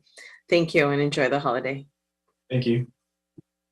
I see President Garcia's back. Did you want to? No? Okay. All right. Kevin, I think you're up next. No, excuse me. I mentioned Mara Luevino was going to be next. Sorry for that. Okay, I have a presentation. Dr. Campos says I can't share my screen. Let me go ahead and make you co-host really quick. Now you should have that activated for you. Okay, great. And everyone can see my screen? Yes, we can. Thank you. Thank you. Good afternoon, commissioners. My name is Mara Levano. I'm with Streets LA's Engineering Services Division Grants Group, and I'm here today to provide an update on Streets LA's grants. So this is an updated listing of our various federal and state grant programs that encompasses our grant portfolio. In total, we've received $388.2 million from 8 different federal and state grant programs. One of our largest programs is the Active Transportation Program, also known as ATP, which totals $314.5 million in grant funding. This includes 5 recent awards, which I'll discuss later in the presentation. So this is an updated listing of our other grant programs, which includes county funds from agencies such as Metro, and this totals $46.5 million. A few notes: the Bureau is actively seeking more Measure W funds to complement our ATP projects so that we can incorporate more water quality elements into our active transportation projects and deliver multi-benefit one infrastructure projects. So we currently have 2 applications in review in this round. Since our last report in June, we've also received funding from the Transformative Climate Communities Grant for $2.8 million, which I will also discuss later in this presentation. We've received $2 million as well in community project funding grants, federal earmark projects for 2 cool pavement projects. One will be in Boyle Heights neighborhood and the other one will be in the Fairfax neighborhood. So we're currently preparing the grant paperwork and hope to launch those projects by mid-2023. Streets LA has a total of 56 grant funded projects, the majority of which are in pre-design and design phases. So this total also includes the recent grant awards that I mentioned and are awaiting approval from the grantors. So as I mentioned, we were recently awarded 5 different active transportation projects from the ATP Cycle 6, which was officially confirmed last week at the California Transportation Commission. Combined, these 5 projects have a total cost of $213.5 million. $174.5 million is being grant funded. So we had originally submitted 6 grant applications back in June.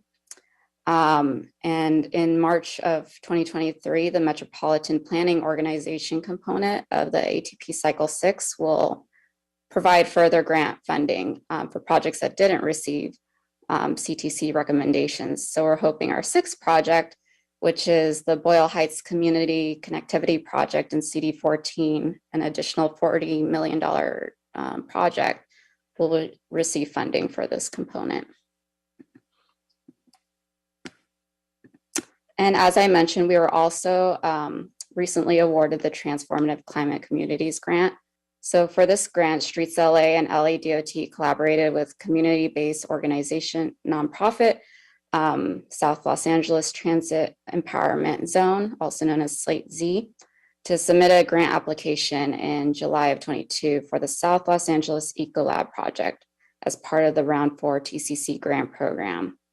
So TCC is a statewide program that puts cap and trade dollars to work, reducing greenhouse gas emissions, improving public health, and improving the environment. And so Round 4 TCC program awarded a total of $94 million to the top 3 scoring proposals. 7 applications were received from cities throughout California. And this project, the South LA Ecolab project, was the top ranked project, with the recommendation by TCC staff to award the project for $35 million.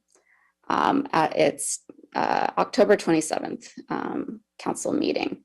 So this is an important project for South LA, and it exemplifies how close collaboration between city departments and community-based organizations can bring success and help improve and better our communities.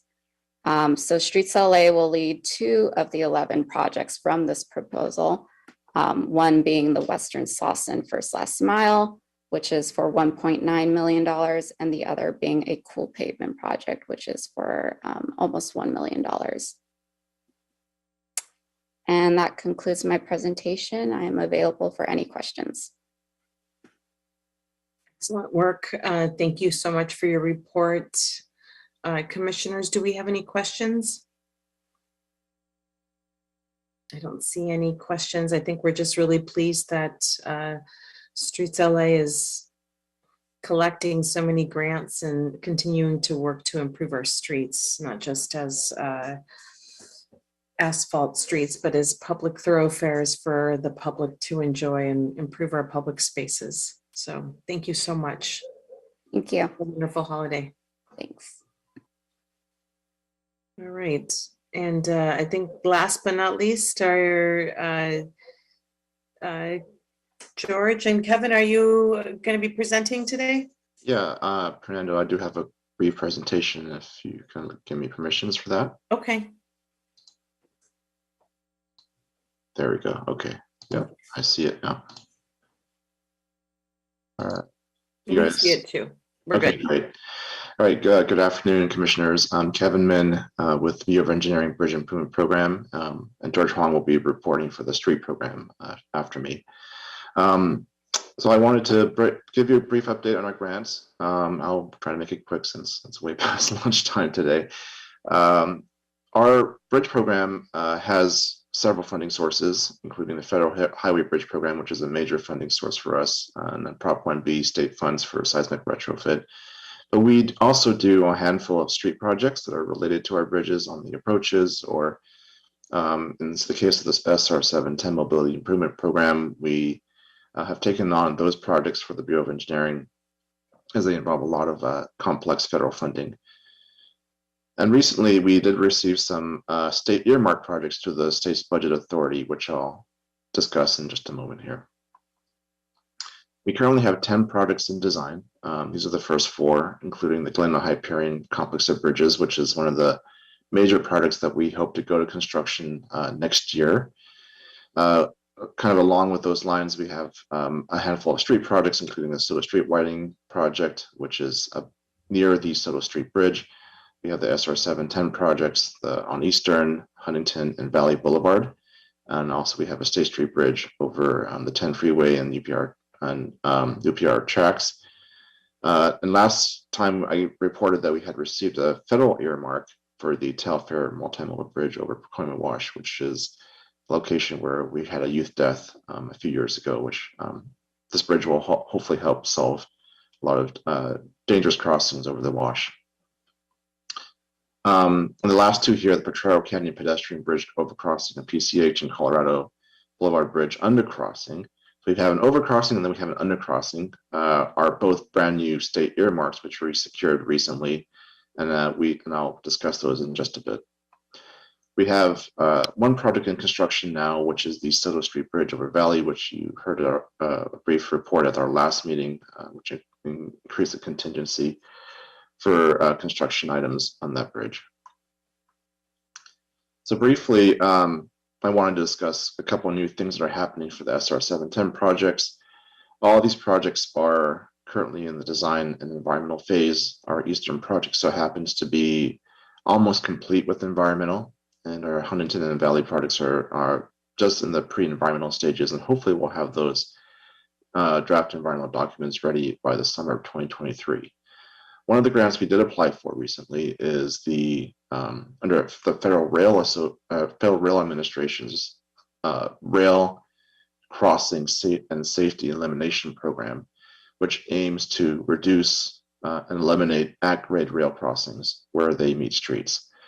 So along Valley Boulevard here, as you can see in this image, in this map and layout, there is a rail line that runs parallel to Valley Boulevard, and there are several crossings of this rail on the cross streets on Valley Boulevard. So we applied for $15 million under the FRA's program to begin the design and environmental process for dealing with those crossings, either through a lowered trench or through a raised bridge. So we are still working with the community on determining exactly how that would look, but we definitely have was made very clear to us that we need to deal with these crossings and eliminate those at-grade crossings. And lastly, 2 new grants that we applied for are received from the State Budget Authority were for the Potrero Canyon pedestrian overcrossing and Colorado undercrossing. For the Potrero Canyon project, the Bureau of Engineering has recently completed a new park along Potrero Canyon, and one of the requirements for the Coastal Commission's permit was to provide a connection from this new park to Will Rogers Beach on the other side of PCH. So this image on the left here is where the park is currently located, and I would highly encourage you guys to go take a look. It's a beautiful park, but there's no connection, no safe connection to get to the beach across PCH, and so we received $11 million under the state budget earmark to build a new bridge here. And so we're just beginning our discussions with Caltrans on that, and hopefully to have a scope of work identified in the next year or so. The next project we got under the state budget earmark was for $5 million to do an undercrossing under Colorado Boulevard Bridge, which is actually a Caltrans bridge. On the east bank of the LA River, there is a disconnect in being able to cross this bridge.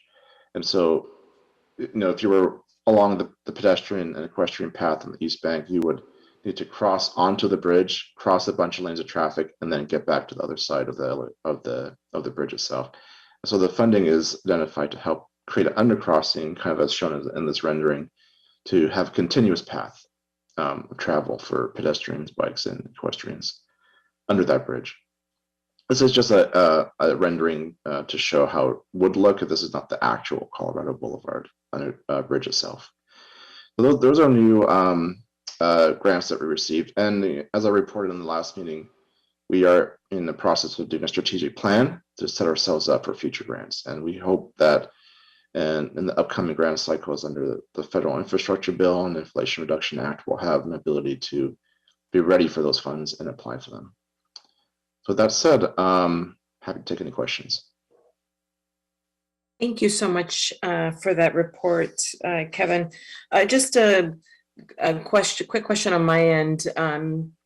You mentioned this last project, Potrero Grande Pedestrian Bridge, a $16 million state budget earmark. Was that through a member's request, or how was that derived? Right, the state earmarks were derived through state legislative requests directly. Okay. And so there were a handful of specific projects approved through the State's Budget Act that directed monies to specific projects. I think I muted myself. Is that District 11, or where is that located? That's in Council District 11, correct. Okay. As you make those requests, or as you get maybe perhaps requests from council districts, can you keep us apprised as well? Yeah, of course. I can certainly keep you guys in the loop as we meet with the new council offices, especially, and work with them on new grant applications. Yeah, and this is also just through an equity lens, just trying to get, funding and putting our staff resources, not saying that we don't need it in Council District 11, but perhaps we could benefit a little bit more inland. And that's an opinion. But I just would like to know if we get any other members' requests, how they're using our staff resources. They're making a member's request takes up staff. And so I just want to know where those are coming from, if that's clear. Understood. Okay. Yes, understood. I appreciate it. Thank you so much. No problem. Okay. All right. And next, we have Mr. George Wang. Hello. Happy Friday. How about good holiday, Kevin? Sorry about that. All right. Thank you very much. Thanks. Good afternoon, commissioners. My name is George Wang from the Street Improvement Division. I'm substituting in for Arsen today to give an update on the grant status for the street program. Right now, approximately about $200 million in grant funds of active projects are in our program, and it comprises of about 88 active projects right now in our division, and about $200 million, which comprise of about 44% of a total of $452 million worth of construction dollars are currently with active projects within our program. We manage also a variety of over 30 different types of grants, with the majority of the grants coming from federal, such as the Active Transportation Program and the Measure R, and then also the Highway Safety Improvement Program. Those are typically our largest funding sources within the Street Improvement Division. Our latest grant application that we're applying for is the Complete Streets La Brea Avenue Street Improvement, which is we're applying for $9 million of grant funds through the Safe Streets for All, and that was submitted back in September of 2022, with the review currently underway and the results being expected to be announced early 2023. The local match as part of this grant application is about 25%, which puts that at about $2.25 million. The scope of work for this grant will focus on safety elements for the complete street projects, and that includes street reconstruction, some resurfacing, also addressing Vision Zero safety, and sidewalk repairs, and also green infrastructure, such as planting new trees. And that concludes my report for our program. So I'll be happy to take any questions. Thank you for that. And commissioners, do we have any questions on this item? I don't see any questions. I appreciate your report and for just hanging with us this whole morning and afternoon. Have a wonderful holidays. Thank you. Thank you. Happy holidays. Thanks. Bye-bye. All right. Then I think we just have our last item, and that is our Office of Forest Management update with Rachel. Poor Rachel, are you still here? I am still here. Glad to be with you all. Well, I'm glad you were. Thank you for staying on. Apologize for the wait. Go right ahead. It's always hard to follow such a great group of presenters. So concise and clear. So I'll try and do my best to follow their example. And thank you, commissioners, for having me come and provide this oral report to you all on the work of the Office of Forest Management. As a reminder, we are looking at encouraging our staff resources and community to understand and consider that we have to be investing in the 4 pillars of urban forest management: planting, maintenance, preservation, and engagement in order to have a healthy urban forest. And so those are the overarching themes that we're thinking about. I wanted to bring to your attention some current areas of focus. Obviously, we're doing a lot of work across a variety of issues, but 3 areas in particular take up a particularly large amount of our time.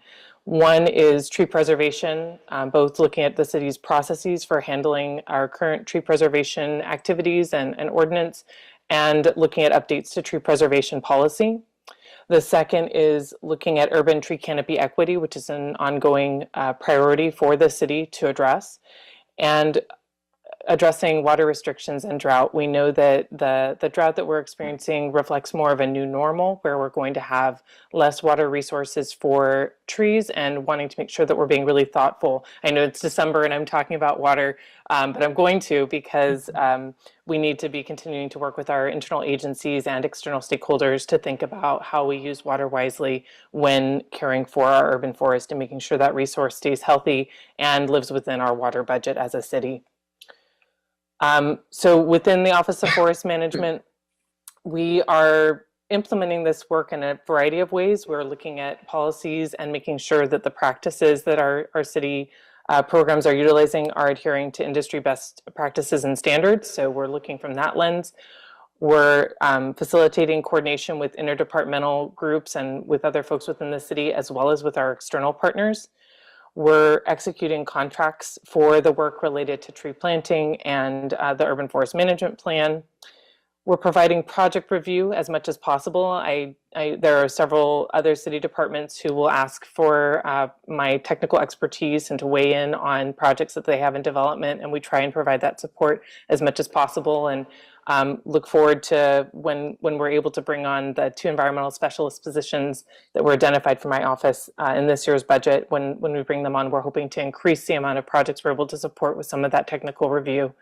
And then research and education, both in terms of working on research with research partners on projects and providing education to the public and staff around tree issues.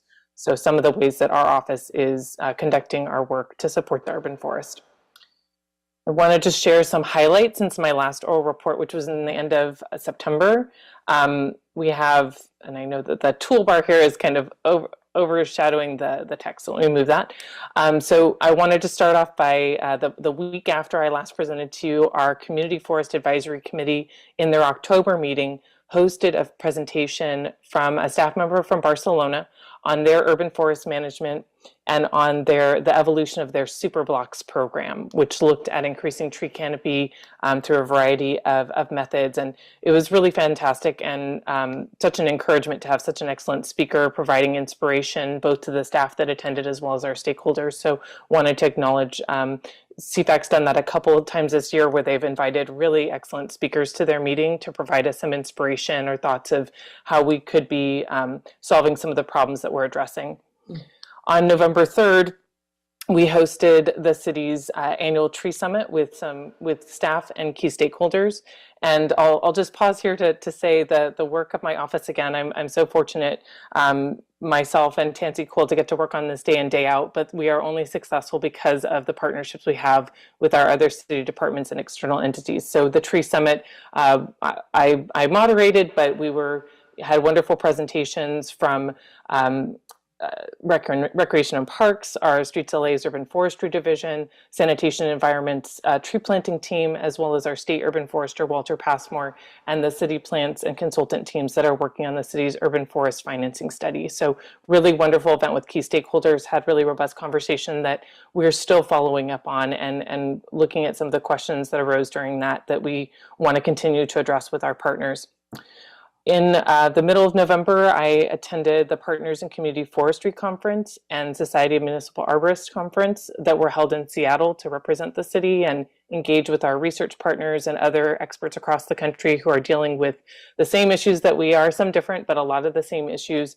So we heard some emergent research, we heard about other project areas and use of data and things along those lines. And our partner city plans also presented on our Urban Forest Equity Collective work and the financing study. So our national partners got to also hear a bit about what Los Angeles is doing to lead the way when it comes to urban canopy equity. In November 9th and December 1st, we supported the USC Urban Trees Initiative with their community level workshops. One was held at Famed Church in University Park, and the other was at Roosevelt High School in Boyle Heights. I'll be sharing a little bit more about that later in my presentation. December 7th, we co-hosted a trees and water conservation webinar that was led by DWP and City Plants, again, talking to the public with an evening webinar on how they could take advantage of DWP's resources for water conservation and keep tree health in mind, both in terms of how to plant and care for young trees as well as their mature trees. And so we were really fortunate and thankful for the work that DWP and City Plants did to put together that webinar and allowing us to join them in that. And then on December 8th, last week, the Department of City Planning had their proposed wildlife ordinance presented at the City Planning Commission. This ordinance is important to my office because it's going to be looking at improving some of our tree protection. It is for one geographic area specifically, but we are supportive of continuing to improve tree protection policies when we have opportunities to do so. And I know that the Climate Emergency Mobilization Office, as well as LA Sanitation's biodiversity team, also attended that meeting along with my office to provide our support for that proposed wildlife ordinance. So we're excited to see that moving forward.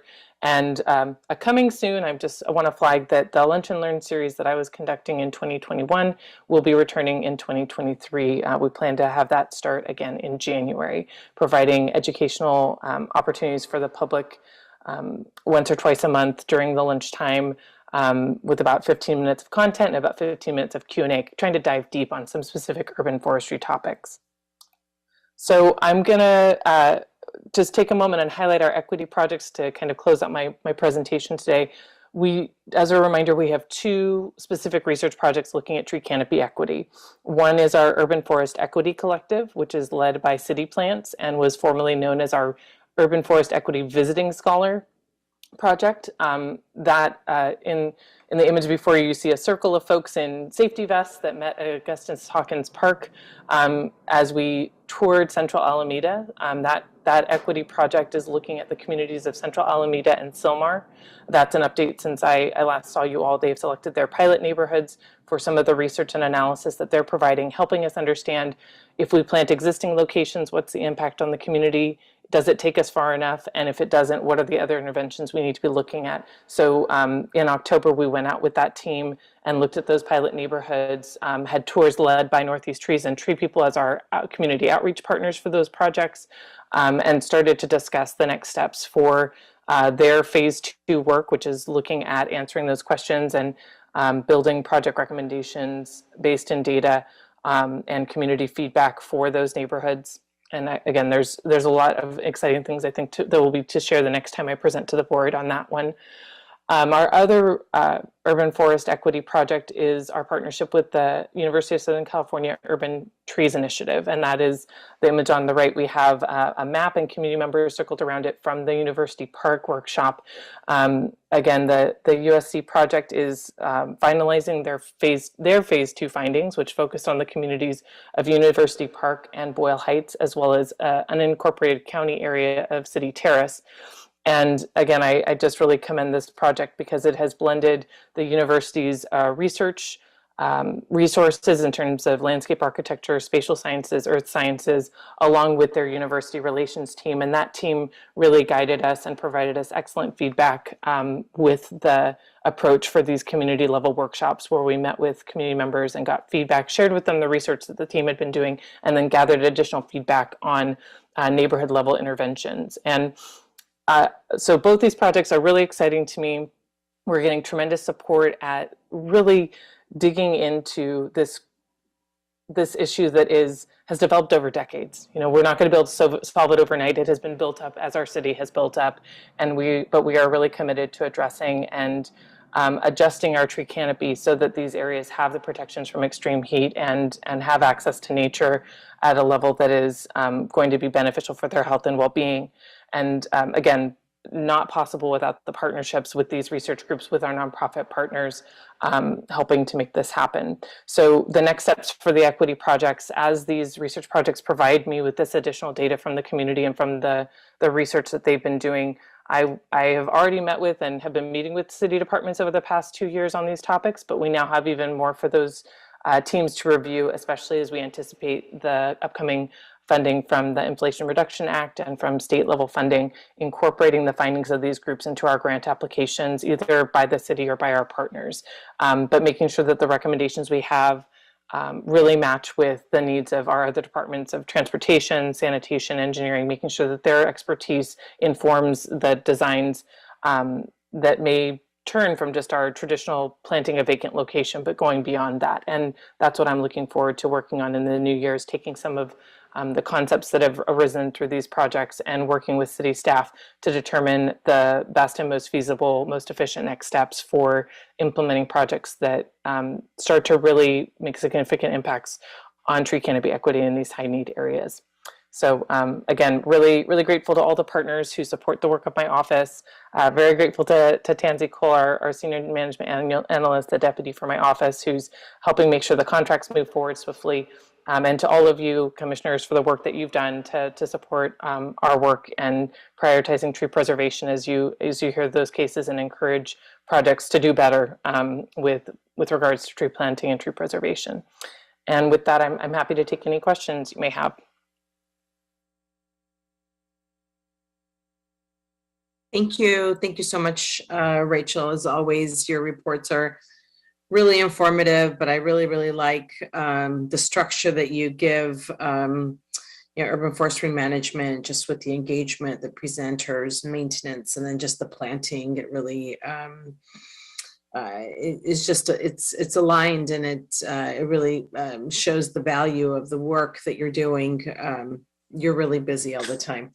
I'm glad you're learning just maybe best management practices from others, like the speaker from Spain. That's pretty cool. I'm glad CFAC was able to, bring that in as well, and then just going after so many grants as well. And thank you to your staff as well. Any questions, commissioners? All right. Thank you so much, Rachel. Thank you. Happy holidays too, Rachel. Same to you all. Thank you. Okay, thank you. All right, Dr. Campos, does that clear our desks? Yes, it does. All right. President Garcia, you want to just go right into the management meeting, or you want to take a break? I know that you guys have you guys taken a break during the time? We did. We took one after items 3 and 4. Okay, good. Let's do a quick management meeting, just a quick turn, and then we'll close it up before. So if it's okay with you, Vice President Villegas, I'll adjourn today's meeting. Yes. Colleagues and members of the public, we have one last meeting, which will be December 21st at City Hall, public meeting, and then that will be the end of this year's meeting, and we will restart again January 11th. So with that said, it is 1:33 on Friday, December 16th. It's probably a little more than 1:33. It is 1:39 on December 16th, and this meeting is now officially adjourned. Thank you, everyone. And colleagues, if you could just stay on for a quick management, quick meeting, and then we'll close from there.